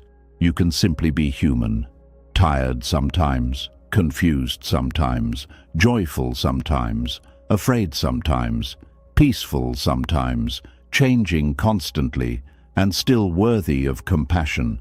This understanding also softens judgment toward others. When you stop obsessively protecting identity, you stop needing constant comparison too. Other people's success becomes less threatening. Other people's opinions become less controlling. Other people's recognition becomes less necessary. The mind becomes less crowded, less defensive, less hungry. This is not because you stopped existing. It is because you stopped trying to force yourself into a permanent image. One of the deepest spiritual freedoms is realizing that awareness itself does not need applause. Awareness does not need titles. Awareness does not need to become the most admired person in the room. Awareness simply notices life unfolding. The ego fears this simplicity because simplicity cannot be controlled through status. But the heart often longs for it quietly, to stop pretending, to stop proving, to stop carrying the exhausting pressure of becoming somebody important enough to finally deserve peace. And perhaps that is the great transformation Buddhism offers, not the destruction of individuality, but liberation from the prison of identity insecurity. You stop asking, am I somebody important enough? And begin asking, can I fully wake up to this moment without clinging? That question changes everything. Because the fear of being nobody was never truly solved through becoming more impressive.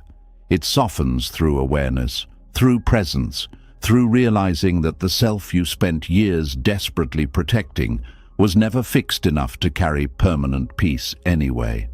And when that realization settles deeply into the heart, something extraordinary begins happening. You stop running from emptiness. You discover spaciousness inside it. You stop fearing ordinariness. You discover freedom inside simplicity. You stop desperately trying to become someone unforgettable. You finally remember how to simply be.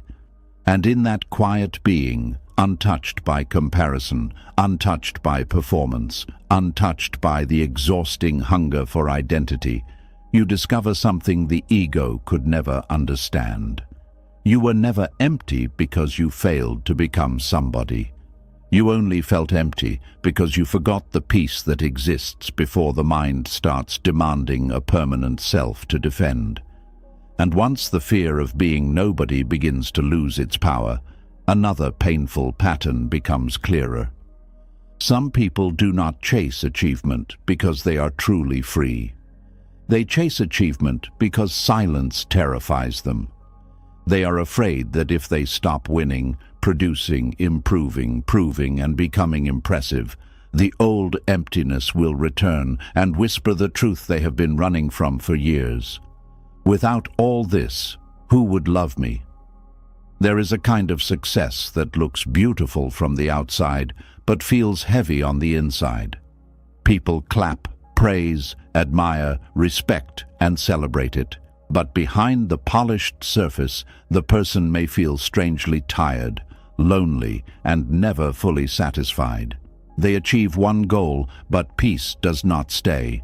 They reach one milestone, but the mind immediately creates another. They receive recognition, but deep down, they still feel like they are one mistake away from being exposed as not enough.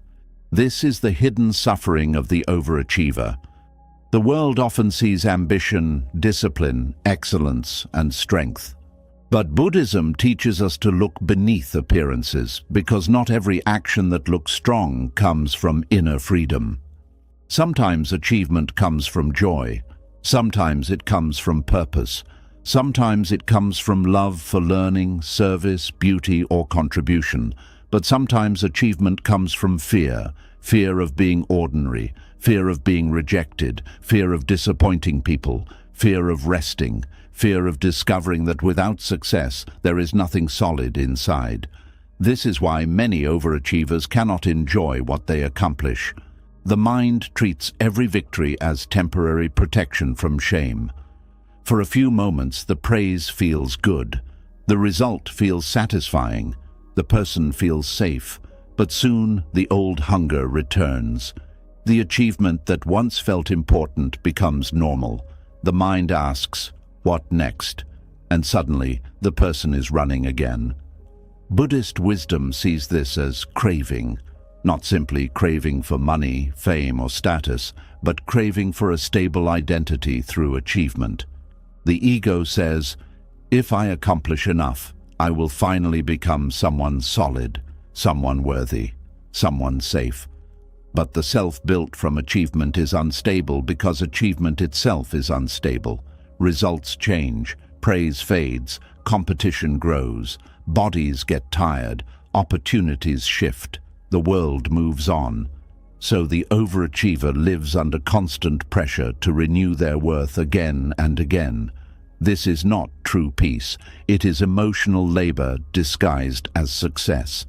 Many overachievers learned early that love was tied to performance. Maybe they were praised most when they won. Maybe they were noticed only when they achieved. Maybe mistakes were treated harshly. Maybe their family placed heavy expectations on them. Maybe they became the responsible child, the gifted child, the strong child, the one who could not afford to fail. Slowly, the child began to believe that being loved and being impressive were connected. That belief may follow them for decades. Even as adults, they may not know how to separate who they are from what they produce. A good result makes them feel temporarily valuable. A bad result makes them feel personally defective. Rest feels uncomfortable because it removes the performance. Failure feels unbearable because it touches the old wound of conditional worth. This is why overachievement can become addictive. It gives short bursts of relief. Every accomplishment becomes proof that the person is still valuable. But like all forms of craving, the relief fades quickly. The mind needs another hit of validation, another success, another sign that they are not falling apart. The tragedy is that the overachiever may be admired by everyone except themselves. They may have evidence of talent, discipline, and courage all around them, yet inside they feel behind. They may inspire others while quietly feeling empty. They may be called strong while secretly feeling exhausted. They may appear confident while living with deep fear that stopping will reveal something shameful. Buddhism teaches that suffering grows when we identify with impermanent things. Achievement is impermanent. Reputation is impermanent. Youth is impermanent. Productivity is impermanent. Praise is impermanent. Even skill changes over time. If your entire worth rests on these things, then your peace will always feel threatened. This is why constant achievement cannot heal unworthiness. It can decorate the wound. It can distract from the wound. It can win applause around the wound. But it cannot dissolve the wound if the deeper belief remains untouched. The belief says, "I must earn my right to feel enough." Until that belief is seen clearly, no amount of success will feel like home. Many overachievers live with an invisible scoreboard inside their minds. Every day is measured.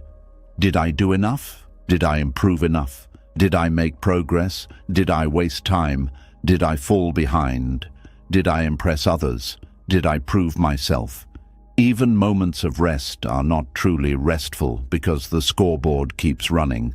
The body may be lying down, but the mind is still working. This is one reason overachievers often struggle with peace. Peace feels unfamiliar because their nervous system is trained for pressure. Calmness feels like laziness. Stillness feels like danger. Joy feels unproductive unless it leads to something useful. But a life where everything must be useful becomes emotionally dry. The soul needs moments that do not exist for achievement. Quiet mornings, honest conversations, slow walks, laughter without performance, rest without guilt, creativity without pressure, love without proving. These moments remind a person that life is not only a ladder to climb, it is also a field to enter with presence. But the overachieving mind often resists this. It says, "There is no time." It says, "You can rest later." It says, "You are not safe yet." It says, "You have not done enough to deserve peace." And later never arrives. Buddhist practice gently interrupts this cycle by returning awareness to the present moment.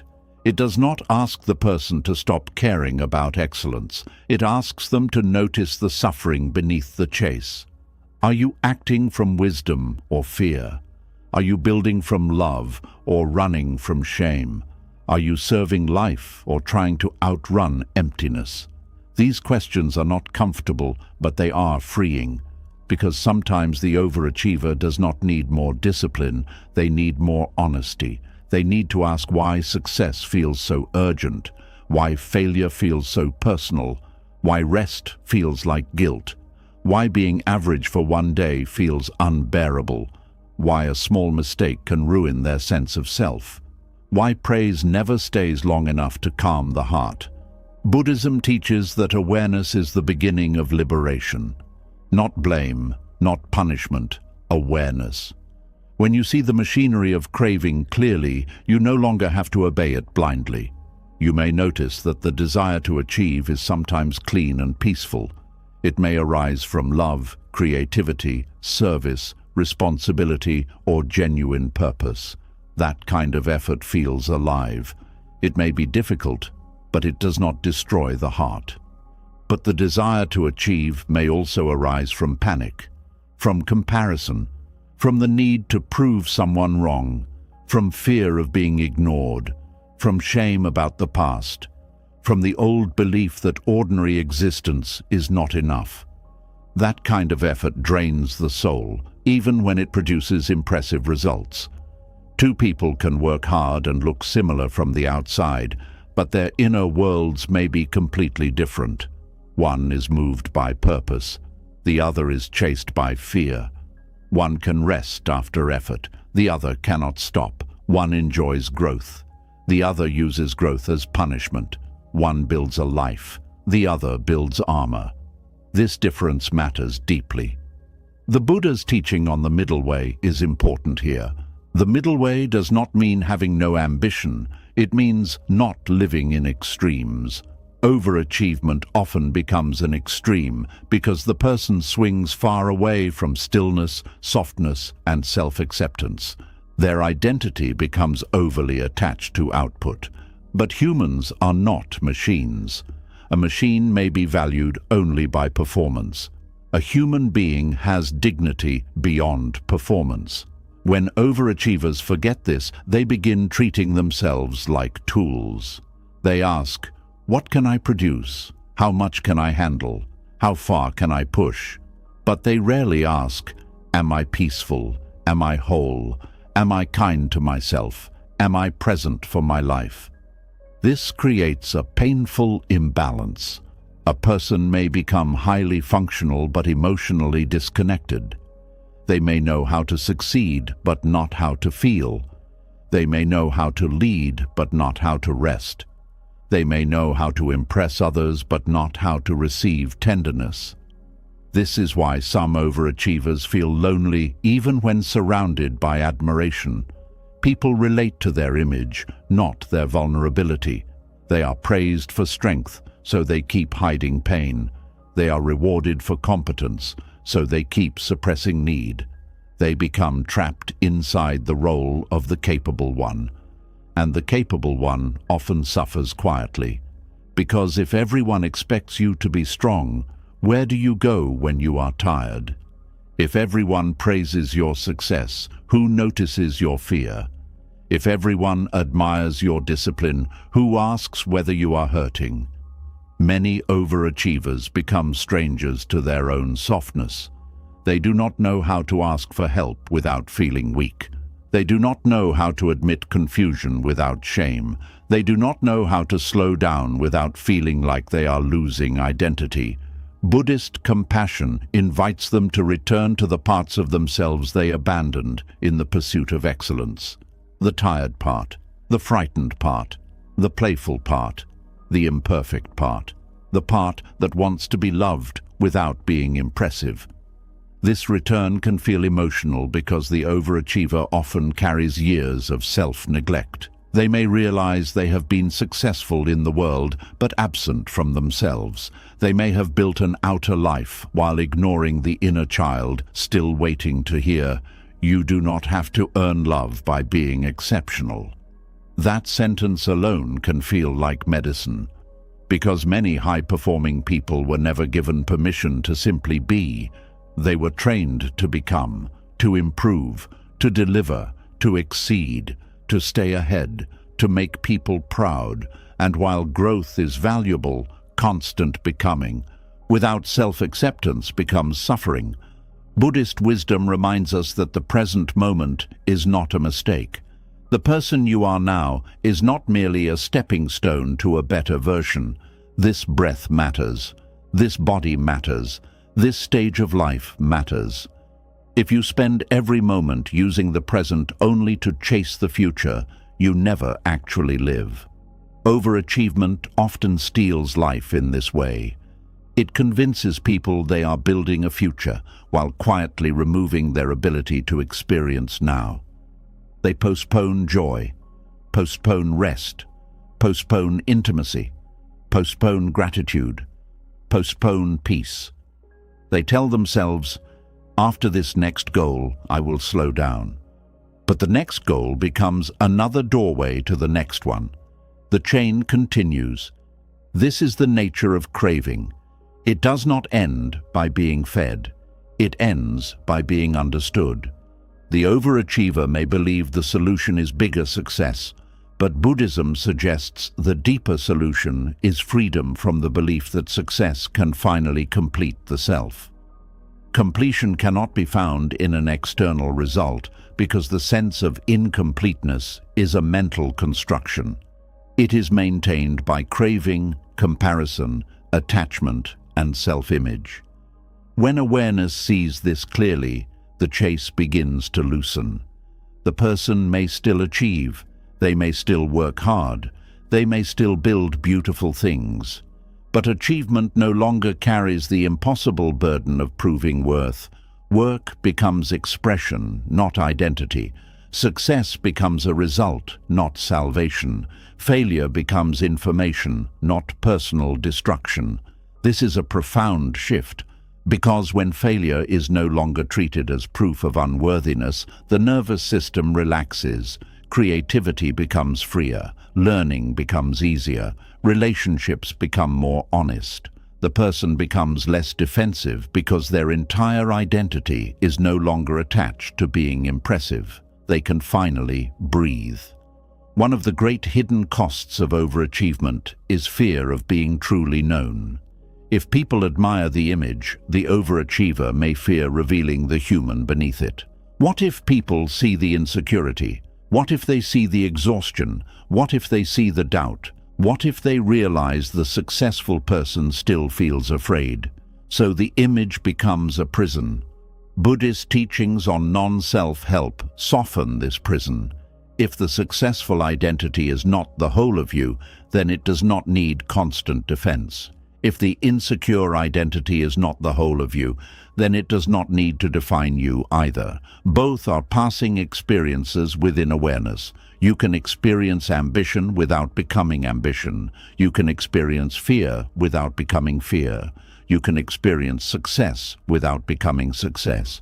You can experience failure without becoming failure. This creates inner space, and inside that space, you begin relating to yourself with more tenderness.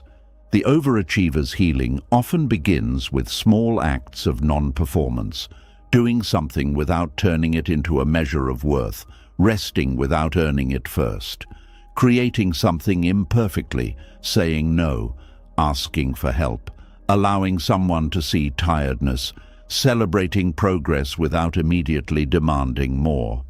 These small acts may seem simple, but for the overachieving mind, they can feel radical, because they challenge the old belief that worth must be constantly produced. Buddhist mindfulness helps by making the person aware of the body's signals.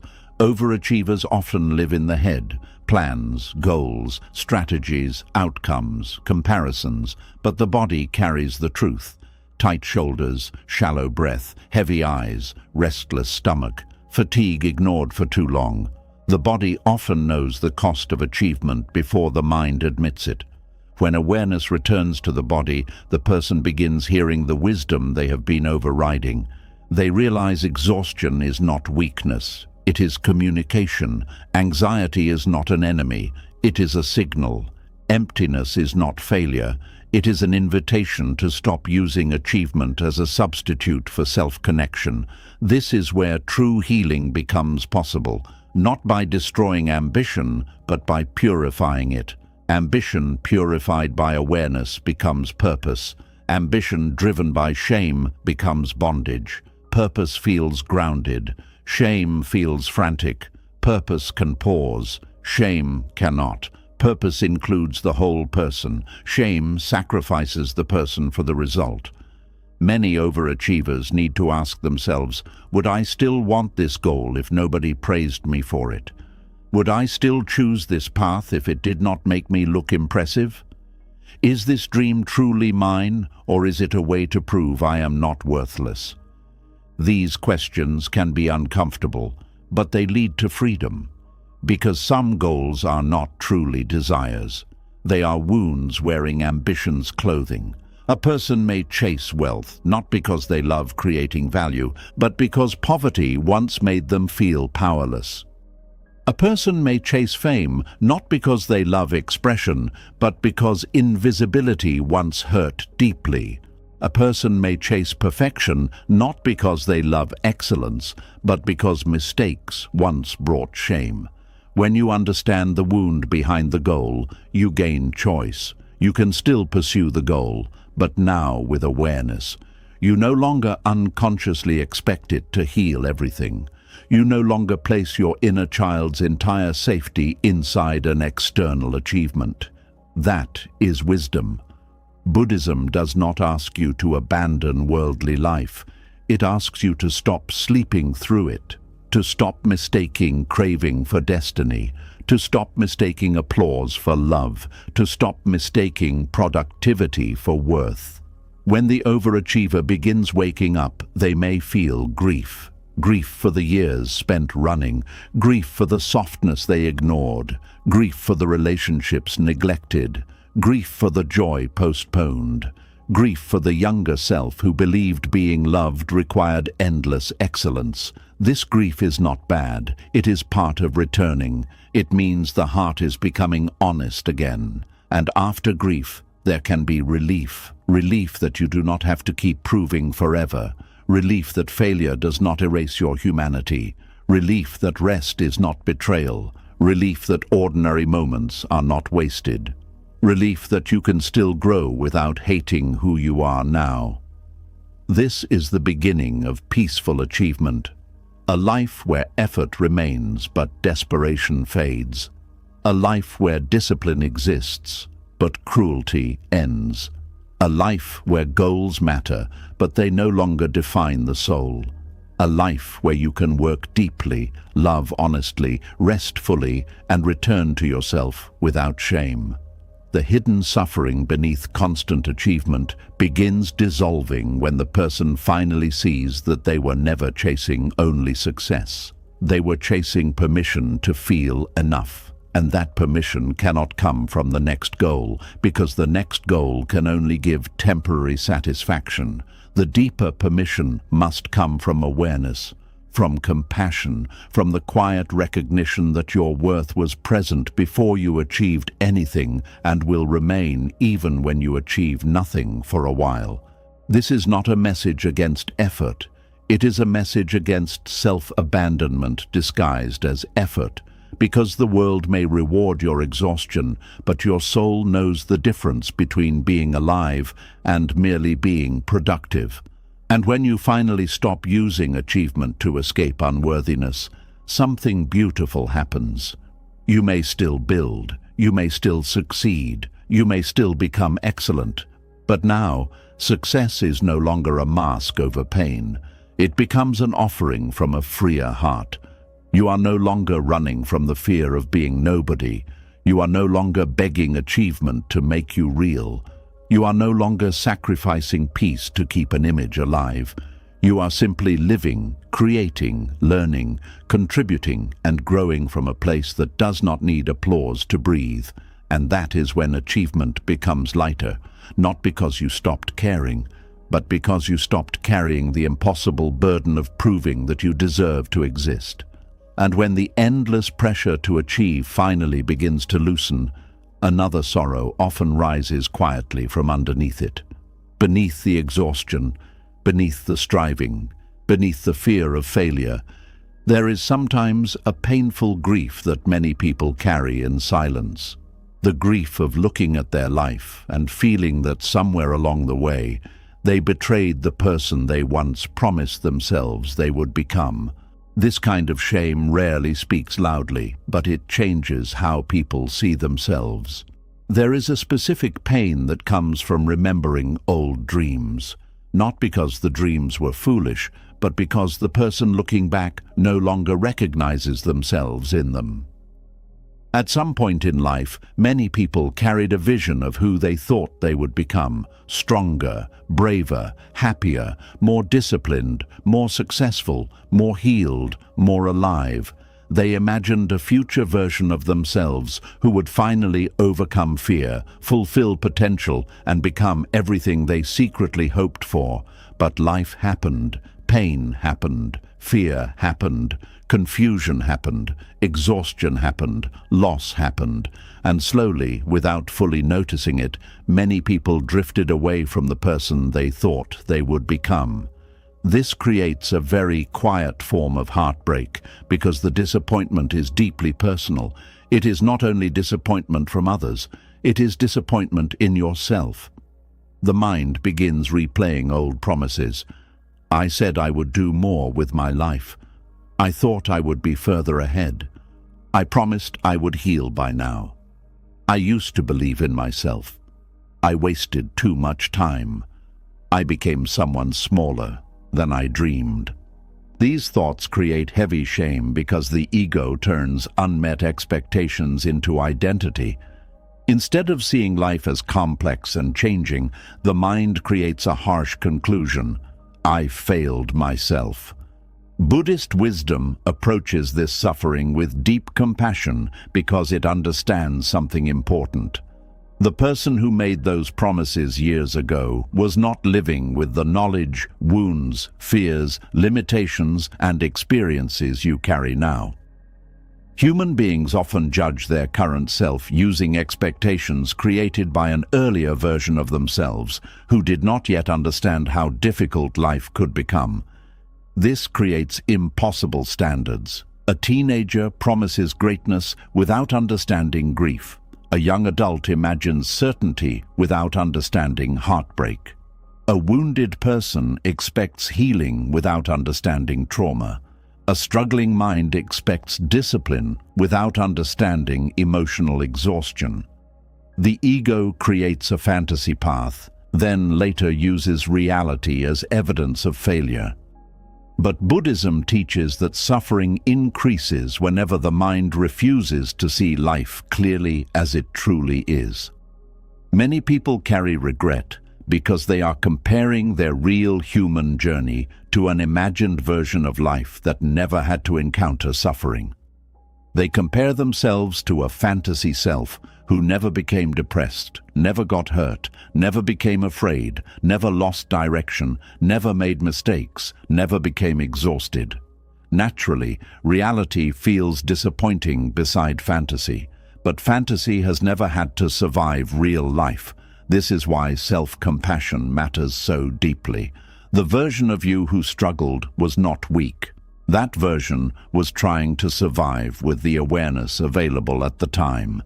Yet many people look back at old mistakes with cruelty instead of understanding. They replay old decisions endlessly. They attack themselves for opportunities missed. They punish themselves for not becoming successful sooner. They feel ashamed for becoming lost, distracted, emotionally overwhelmed, or uncertain. Over time, regret becomes identity. Instead of saying, I made mistakes, the person begins feeling, I ruined my life. This is where suffering deepens. Buddhism teaches that attachment to the past creates enormous pain because the mind keeps trying to mentally rewrite what has already happened. But reality does not change through self-punishment. The past remains the past, whether you attack yourself for it or not.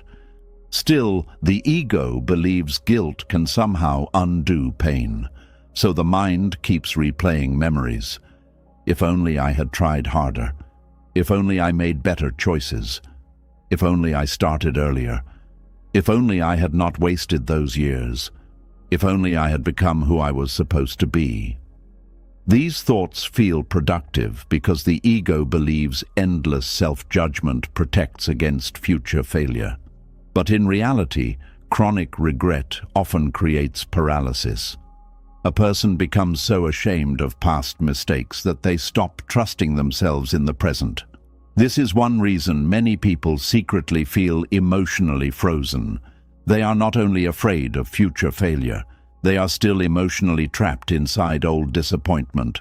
Buddhist awareness invites you to look at regret differently, not as proof that you are defective, but as evidence that you are human.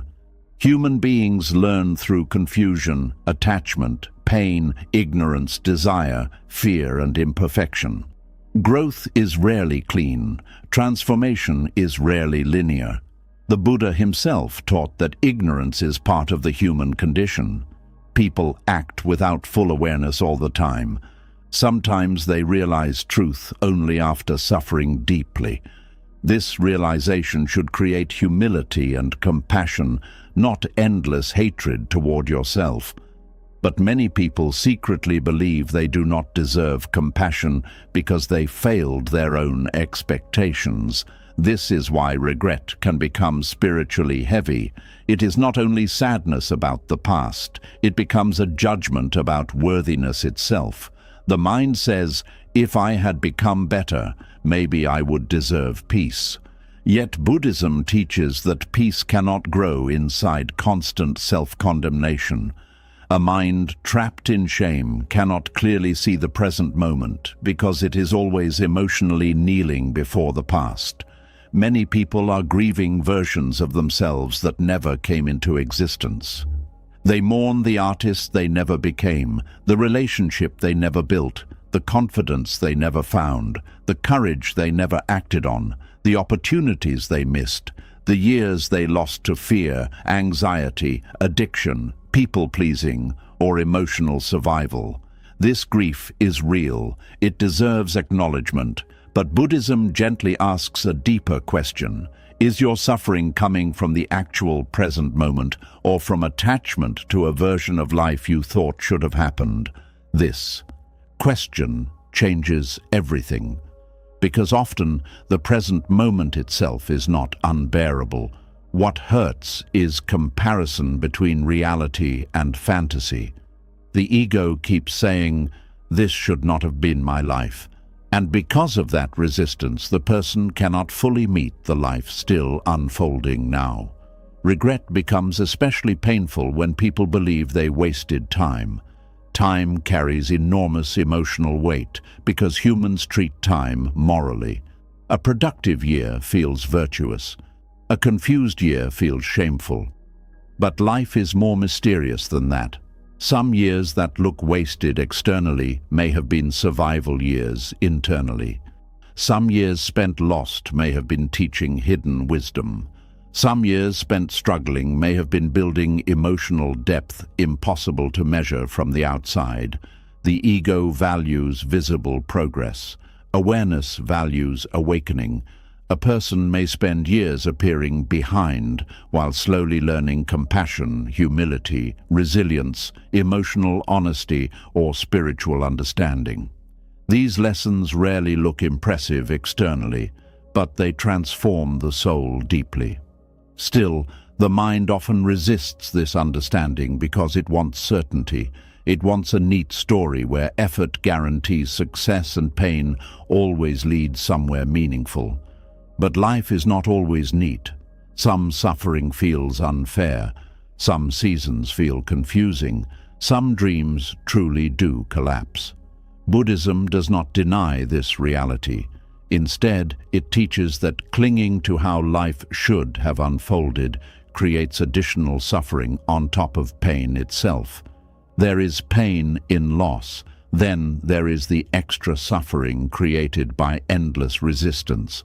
The ego says, this should never have happened. Awareness says, this is painful, but it is already part of reality now.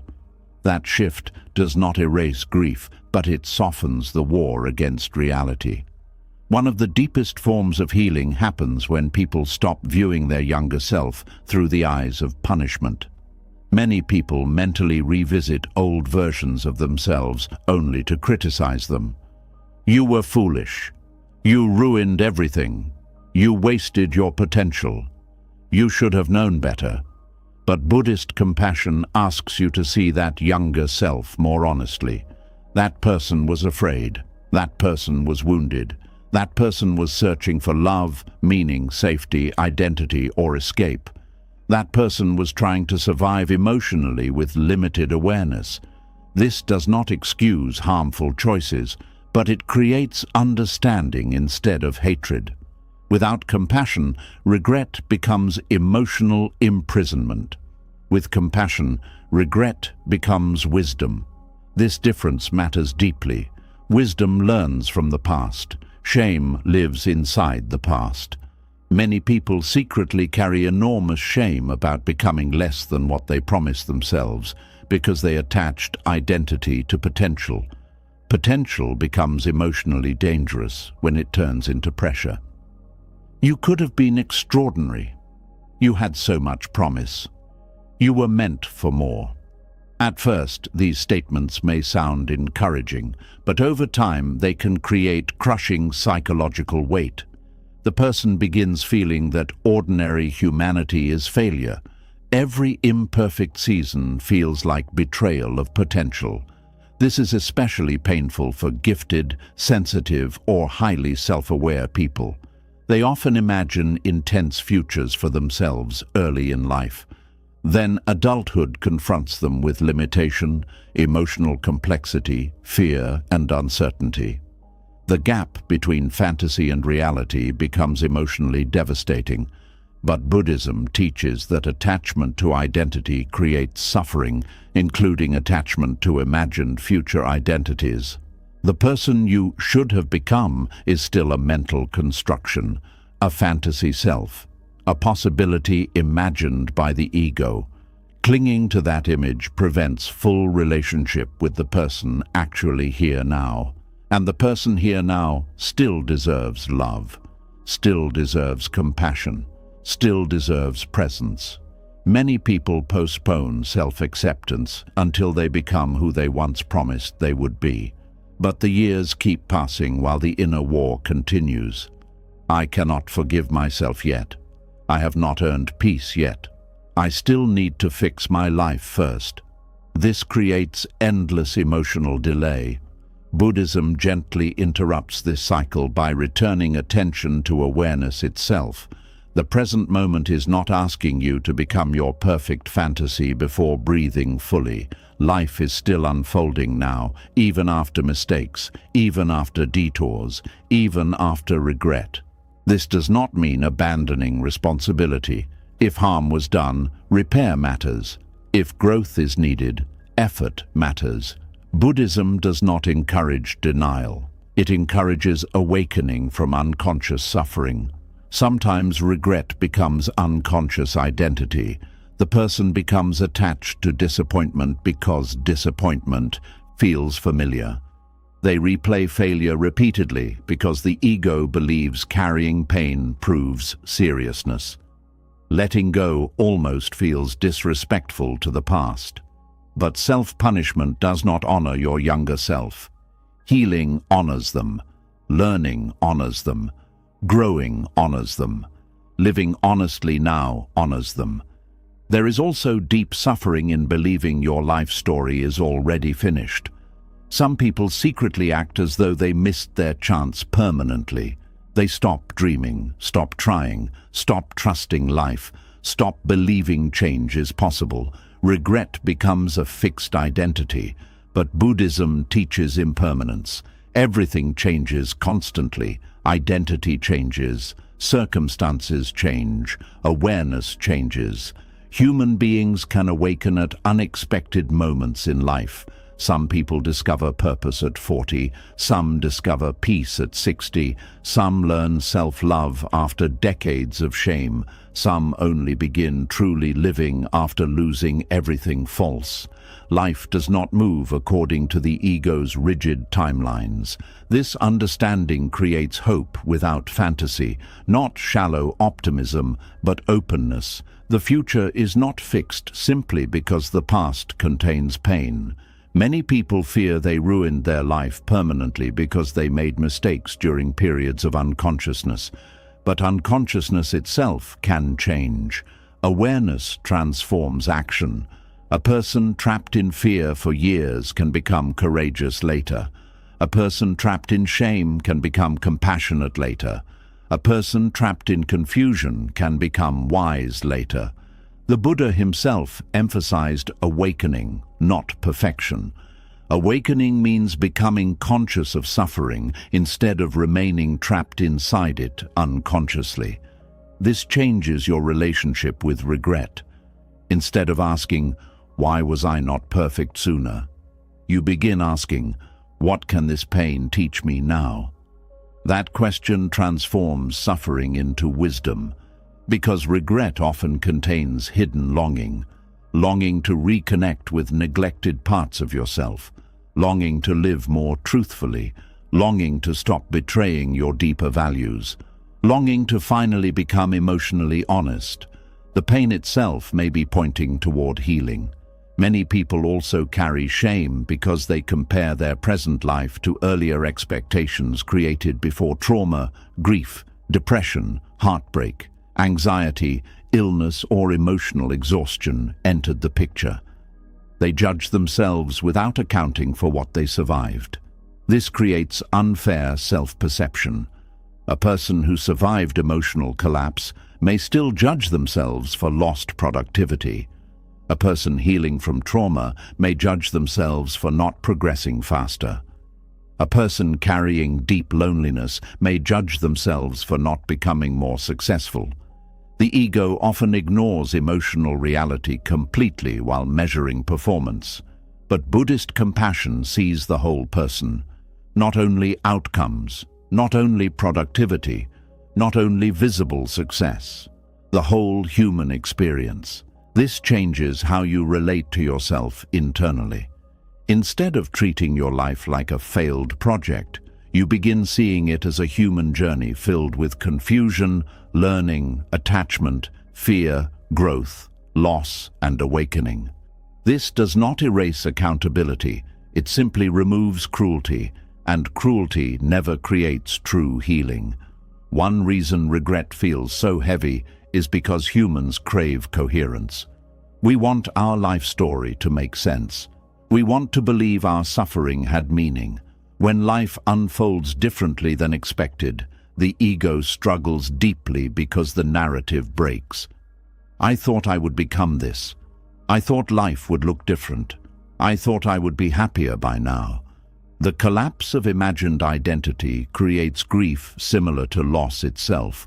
Buddhism helps by loosening attachment to fixed narratives.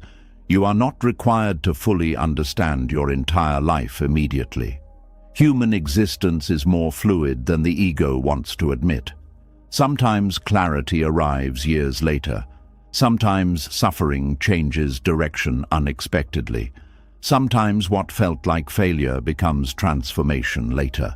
Sometimes what felt like wasted time becomes emotional preparation. This does not mean every painful thing happens for a magical reason. Buddhism is not naive optimism, but it does teach that rigid attachment to one expected life path creates unnecessary suffering. Awareness allows flexibility. You begin understanding that being human means changing repeatedly. The self who made the original promises no longer exists exactly as they once did. New experiences, wounds, insights, losses, and awakenings have changed you. Holding your current self hostage to old fantasies prevents honest relationship with the person you are now. And the person you are now still deserves a future. That realization matters deeply because many people trapped in self-disappointment stop fully participating in life. Shame convinces them they already failed too much to begin again. But every moment awareness returns, life is still available. The present moment does not ask whether you perfectly fulfilled every youthful dream before allowing you to breathe. Existence itself continues. The sun still rises. The body still breathes. Awareness still notices. Possibility still exists. Buddhism teaches that awakening happens through presence, not through becoming the ideal self from the past. This means your healing does not depend on perfectly repairing every regret before peace becomes possible. Peace becomes possible when resistance softens, when self-hatred softens, when comparison softens, when attachment to old identity softens. This creates room for mercy. Mercy toward the frightened younger self who tried so hard.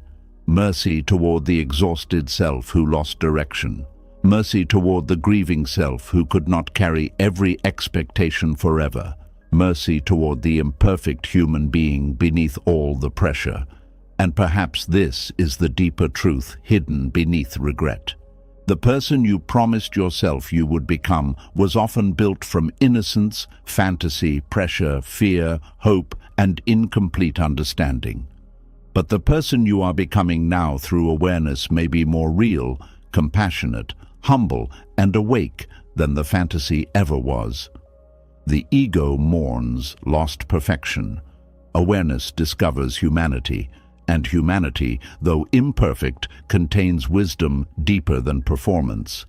One day, many people realized something surprising. They spent years punishing themselves for not becoming an idealized version of success, while completely overlooking the courage it took simply to survive emotionally. Surviving heartbreak took courage. Surviving confusion took courage. Surviving loneliness took courage. Surviving disappointment took courage. Continuing after failure took courage. Trying again after shame took courage. Staying alive during dark seasons took courage. The ego rarely celebrates these things because they do not look glamorous, but awareness sees their truth clearly. This realization softens self-disappointment profoundly. You begin seeing that your life was not merely a failed attempt at perfection. It was a human journey, unfolding through uncertainty, messy, painful, beautiful, incomplete, real. And perhaps the deepest healing begins when you stop asking, "Why did I not become exactly who I promised I would be?" and begin asking something gentler instead. Who am I becoming now if I stop relating to myself through shame? That question opens the door to freedom, because the future has not disappeared simply because the past contains regret. Awareness still exists now.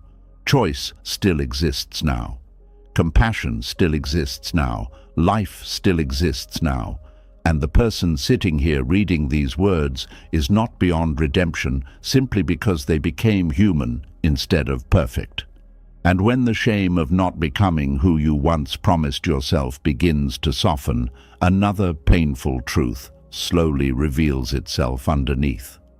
Much of the suffering people carry does not come only from failure, regret, or disappointment. It comes from spending years searching outside themselves for permission to feel worthy inside. The mind begins depending on approval the way a thirsty person depends on water, and without realizing it, inner peace becomes controlled by the reactions of other people. This is how validation quietly becomes emotional addiction. There is a deep exhaustion that comes from constantly checking whether you are enough through the eyes of other people. Some people do it openly, others do it silently. But countless human beings wake up every day, emotionally scanning the world for confirmation. Did they like me? Did I impress them? Did I say the right thing? Do they approve of me? Do I still matter to them? Am I being noticed? Am I respected? Am I desirable? Am I successful enough now? The mind keeps searching for reassurance because somewhere deep inside it believes worth must be confirmed externally before it can feel real internally. At first, validation feels comforting. Praise creates warmth. Attention creates excitement. Approval creates relief. Compliments temporarily quiet insecurity. Recognition temporarily calms fear. The person feels seen for a moment, valued for a moment, important for a moment, but only for a moment. Soon the feeling fades. Then the mind starts searching again. This is why craving validation slowly destroys inner peace. Peace cannot survive where self-worth depends entirely on unstable external reactions. Human opinions constantly change. Attention changes. Approval changes. Popularity changes, attraction changes, praise changes. If your emotional stability depends on these things, remaining permanent, anxiety becomes inevitable. Buddhism teaches that attachment creates suffering because the mind clings to temporary experiences and demands permanence from them. Validation is one of the most addictive temporary experiences humans chase. The ego believes external approval will finally solve internal insecurity. But approval cannot permanently heal a wound rooted in disconnection from yourself. This is why even highly admired people often remain deeply insecure. They may receive endless praise, yet still feel emotionally fragile. One criticism can ruin their day. One rejection can collapse their confidence. One moment of being ignored can create panic, because the deeper issue was never solved. The issue was dependence itself. A person dependent on validation becomes emotionally controlled by the world around them. Their mood rises and falls based on reactions, attention, messages, praise, likes, responses, approval, and recognition. They may appear functional externally while internally living in constant emotional negotiation with other people's opinions. This creates enormous psychological tension. The person can no longer simply exist naturally. Every interaction becomes loaded with emotional survival. Even small social moments feel dangerous because the ego constantly asks, "What does this mean about me?" Someone responds coldly, and insecurity awakens. Someone else gets more attention, and comparison begins. Someone disagrees, and self-doubt appears. Someone withdraws affection, and panic rises. Life becomes emotionally unstable because the sense of self has no inner foundation. It depends entirely on external reflection. Buddhism compares this kind of attachment to trying to hold water in your hands tightly. The tighter you grip, the more fear appears. Validation never creates lasting safety because it was never permanent to begin with. Many people learn this dependency very early in life. As children, approval may have been connected to emotional survival. Praise meant safety. Attention meant connection. Validation meant love. Some children were only noticed when they achieved something. Others learned to become agreeable, entertaining, intelligent, attractive, successful, or emotionally useful because these behaviors earned approval. Slowly, the child begins shaping identity around reactions. I am lovable when people approve of me. I matter when I impress others. I deserve attention when I perform well. These beliefs often remain hidden deep beneath adult behavior. Later in life, the person may become obsessed with success, beauty, intelligence, social status, relationships, or public image, without realizing they are still emotionally chasing the same thing they once chased as a child: confirmation of worth. This creates profound suffering because the ego can never receive enough validation to permanently feel secure. Even when praise arrives, fear remains underneath it. What if they stop admiring me? What if I disappoint them? What if someone better appears? What if I lose what makes me valuable? The attachment itself creates anxiety. This is why some people become exhausted after social interactions. They are not simply talking, they are performing emotional self-protection constantly, monitoring reactions, adjusting personality, seeking reassurance, avoiding disapproval, trying to maintain approval. It becomes emotionally draining because the nervous system never fully relaxes. The person may not even know who they are anymore beneath all the adaptation. Buddhist wisdom teaches that this suffering comes from identification with the ego self. The ego constantly seeks confirmation because it feels incomplete internally. It builds identity from reflection. It says, "Tell me who I am. Tell me I matter. Tell me I am enough." But external voices can never permanently answer internal insecurity. This is why validation feels temporary no matter how much you receive. A compliment fades, applause fades, attention fades, recognition fades. The ego always returns hungry again. Craving validation also changes relationships in painful ways. Instead of connection becoming a place of presence, it becomes a place of emotional bargaining. The person unconsciously asks, "What do I need to do so you keep choosing me?" This creates people-pleasing, over-explaining, emotional shape-shifting, fear of boundaries, and fear of disagreement. Authenticity becomes difficult because the person is constantly managing perception. They become addicted to being liked. But being liked by everyone often requires abandoning parts of yourself. This is why many validation-seeking people secretly feel unseen. Other people may like the version they perform, but deep down, the person knows they are hiding important parts of themselves to maintain approval. This creates loneliness even inside relationships. The tragedy is that the more a person depends on validation, the less free they become emotionally. Their behavior becomes controlled by reactions. Their choices become controlled by acceptance.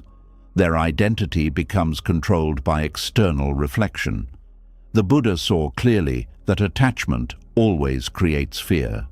If your peace depends on being admired, then criticism becomes terrifying. If your peace depends on attention, then being ignored becomes painful. If your peace depends on approval, then disagreement feels dangerous. This is why inner peace disappears. The mind becomes restless because it is always reaching outward for stability. But external stability does not exist permanently. Human opinions shift constantly. Someone who praises you today may criticize you tomorrow. Someone who notices you today may ignore you later. Someone who admires you now may lose interest later. If your self-worth rises and falls with these changes, suffering becomes unavoidable. Many people trapped in validation-seeking behavior do not realize how deeply fear controls them. They may believe they simply care about relationships or success, but underneath is often terror of rejection, invisibility, insignificance, or abandonment. The ego says, if people stop approving of me, I will disappear emotionally.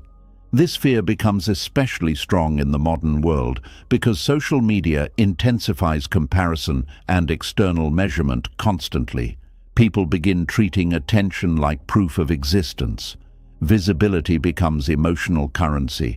Numbers begin shaping self-worth. A post gets attention and the nervous system feels rewarded. A post gets ignored and insecurity appears. Someone else receives more admiration and the ego feels threatened. This cycle creates enormous emotional instability because identity becomes dependent on digital reflection. Buddhist awareness interrupts this cycle by bringing attention back inward. Not inward in a narcissistic way, but inward in an honest way. What happens inside you when approval disappears? What fear rises when someone dislikes you? Why does disagreement feel threatening? Why does being ignored hurt so deeply? What part of you believes validation equals worth? These questions matter because awareness reveals the hidden attachment underneath behavior. Without awareness, people chase validation unconsciously for years, while wondering why peace never stays. The deeper problem is not wanting love or appreciation. Human connection matters. Appreciation feels good naturally. The problem begins when external confirmation becomes the foundation of identity itself. Then life becomes emotional dependency. This is why some people cannot tolerate silence. Silence removes external reassurance. Without distraction or validation, unresolved insecurity begins speaking loudly. The person may suddenly feel restless, empty, uncertain, or anxious because their nervous system became accustomed to constant external feedback. This is also why some people stay in unhealthy relationships far too long. The relationship may be painful, but losing validation feels even more frightening. The person fears the collapse of identity more than the suffering itself. Buddhism teaches that freedom begins when awareness no longer depends entirely on external conditions to remain peaceful. This does not mean becoming emotionally cold or isolated. It means developing an inner relationship with yourself that remains steady even when approval changes. This is difficult because many people were never taught how to internally validate themselves compassionately. They learned how to judge themselves, criticize themselves, compare themselves, and perform for others. But they never learned how to sit quietly with themselves without needing external proof of worth.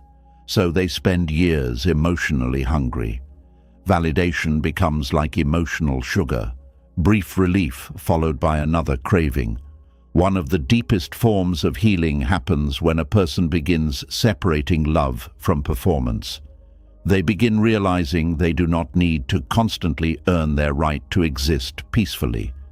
This realization changes relationships profoundly. The person becomes less desperate, less performative, less afraid of disagreement, less terrified of disappointing others, less emotionally controlled by praise because their identity is no longer entirely externalized. Buddhist mindfulness helps create this freedom slowly. You begin noticing validation cravings as they arise, the urge to check reactions, the urge to impress, the urge to explain yourself excessively, the urge to seek reassurance repeatedly, the urge to shape-shift for approval. Instead of automatically obeying these impulses, awareness simply notices them. This pause matters enormously, because in the pause you begin realizing the craving itself is creating suffering, not the absence of validation, the craving. A thirsty mind cannot rest peacefully while constantly demanding confirmation. This understanding changes how you relate to yourself. Instead of asking, "How do I get everyone to approve of me?" you begin asking, "Why does my peace depend so heavily on approval in the first place?" That question leads inward toward healing. Many people discover that beneath validation, addiction is deep fear of rejection. Beneath rejection, fear is fear of unworthiness. Beneath unworthiness is often old emotional pain that was never fully seen. Maybe they were ignored emotionally as children. Maybe affection felt conditional. Maybe criticism was constant. Maybe they learned they had to become impressive to feel visible. These wounds create hunger, and hungry people search desperately for confirmation. But Buddhism teaches that external feeding cannot permanently satisfy inner emptiness. The emptiness itself must be understood. This does not mean the self is broken forever. It means awareness must reconnect with something deeper than approval, something quieter, something not constantly changing, presence itself. The present moment does not ask whether everyone approves of you before allowing you to breathe. Existence itself does not require applause. The sky does not need admiration to remain beautiful. Trees do not need validation to grow. The ocean does not ask permission to move. Only the ego believes existence requires constant external confirmation. This realization can feel both terrifying and liberating. Terrifying because the ego fears losing approval. Liberating because you finally stop building your entire identity around unstable reflections. Many validation-seeking people secretly live in constant emotional anticipation. They wait for messages, wait for compliments, wait for reassurance, wait for recognition, wait for proof that they matter. This waiting steals presence from life itself. The mind becomes externally focused constantly. What do they think? How do I appear? Did I say enough? Did I do enough? Am I accepted? Awareness gently redirects attention back toward direct experience. This breath, this moment, this feeling, this life already unfolding now. Not after approval arrives. Now. One reason validation destroys inner peace is because it trains the nervous system to outsource emotional stability. The person no longer trusts their own perception of themselves. They need others to constantly confirm reality for them. If praised, they feel valuable. If criticized, they feel worthless. If noticed, they feel important. If ignored, they feel invisible. This creates emotional fragility because the self becomes entirely reactive. Buddhist wisdom creates another possibility. You can appreciate praise without depending on it. You can hear criticism without collapsing into it.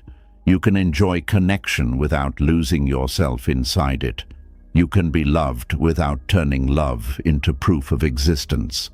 This is emotional freedom, not because you stopped caring about people, but because your inner stability no longer lives entirely inside their reactions. Many people fear this kind of freedom because they mistake it for emotional detachment. But true inner stability actually allows deeper love.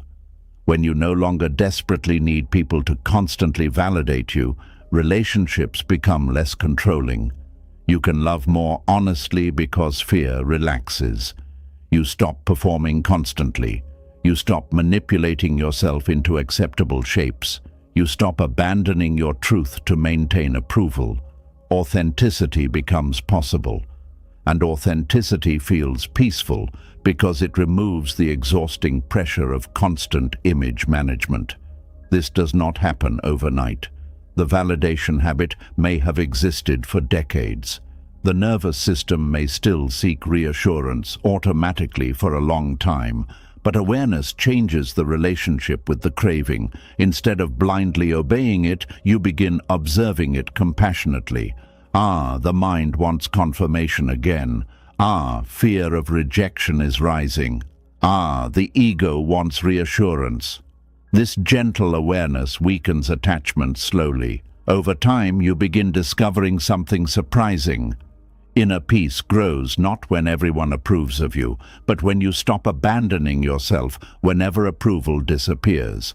That is real stability, not becoming universally admired, not becoming impossible to criticize, not becoming endlessly validated, but remaining connected to yourself even when external reactions shift. This changes everything.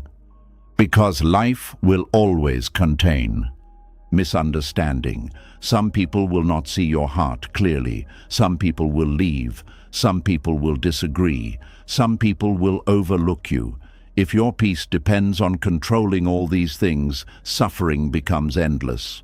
But awareness teaches another way to live.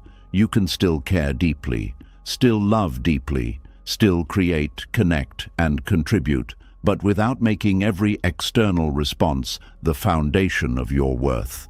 This creates spaciousness inside the mind. The nervous system begins relaxing. Silence becomes less threatening. Solitude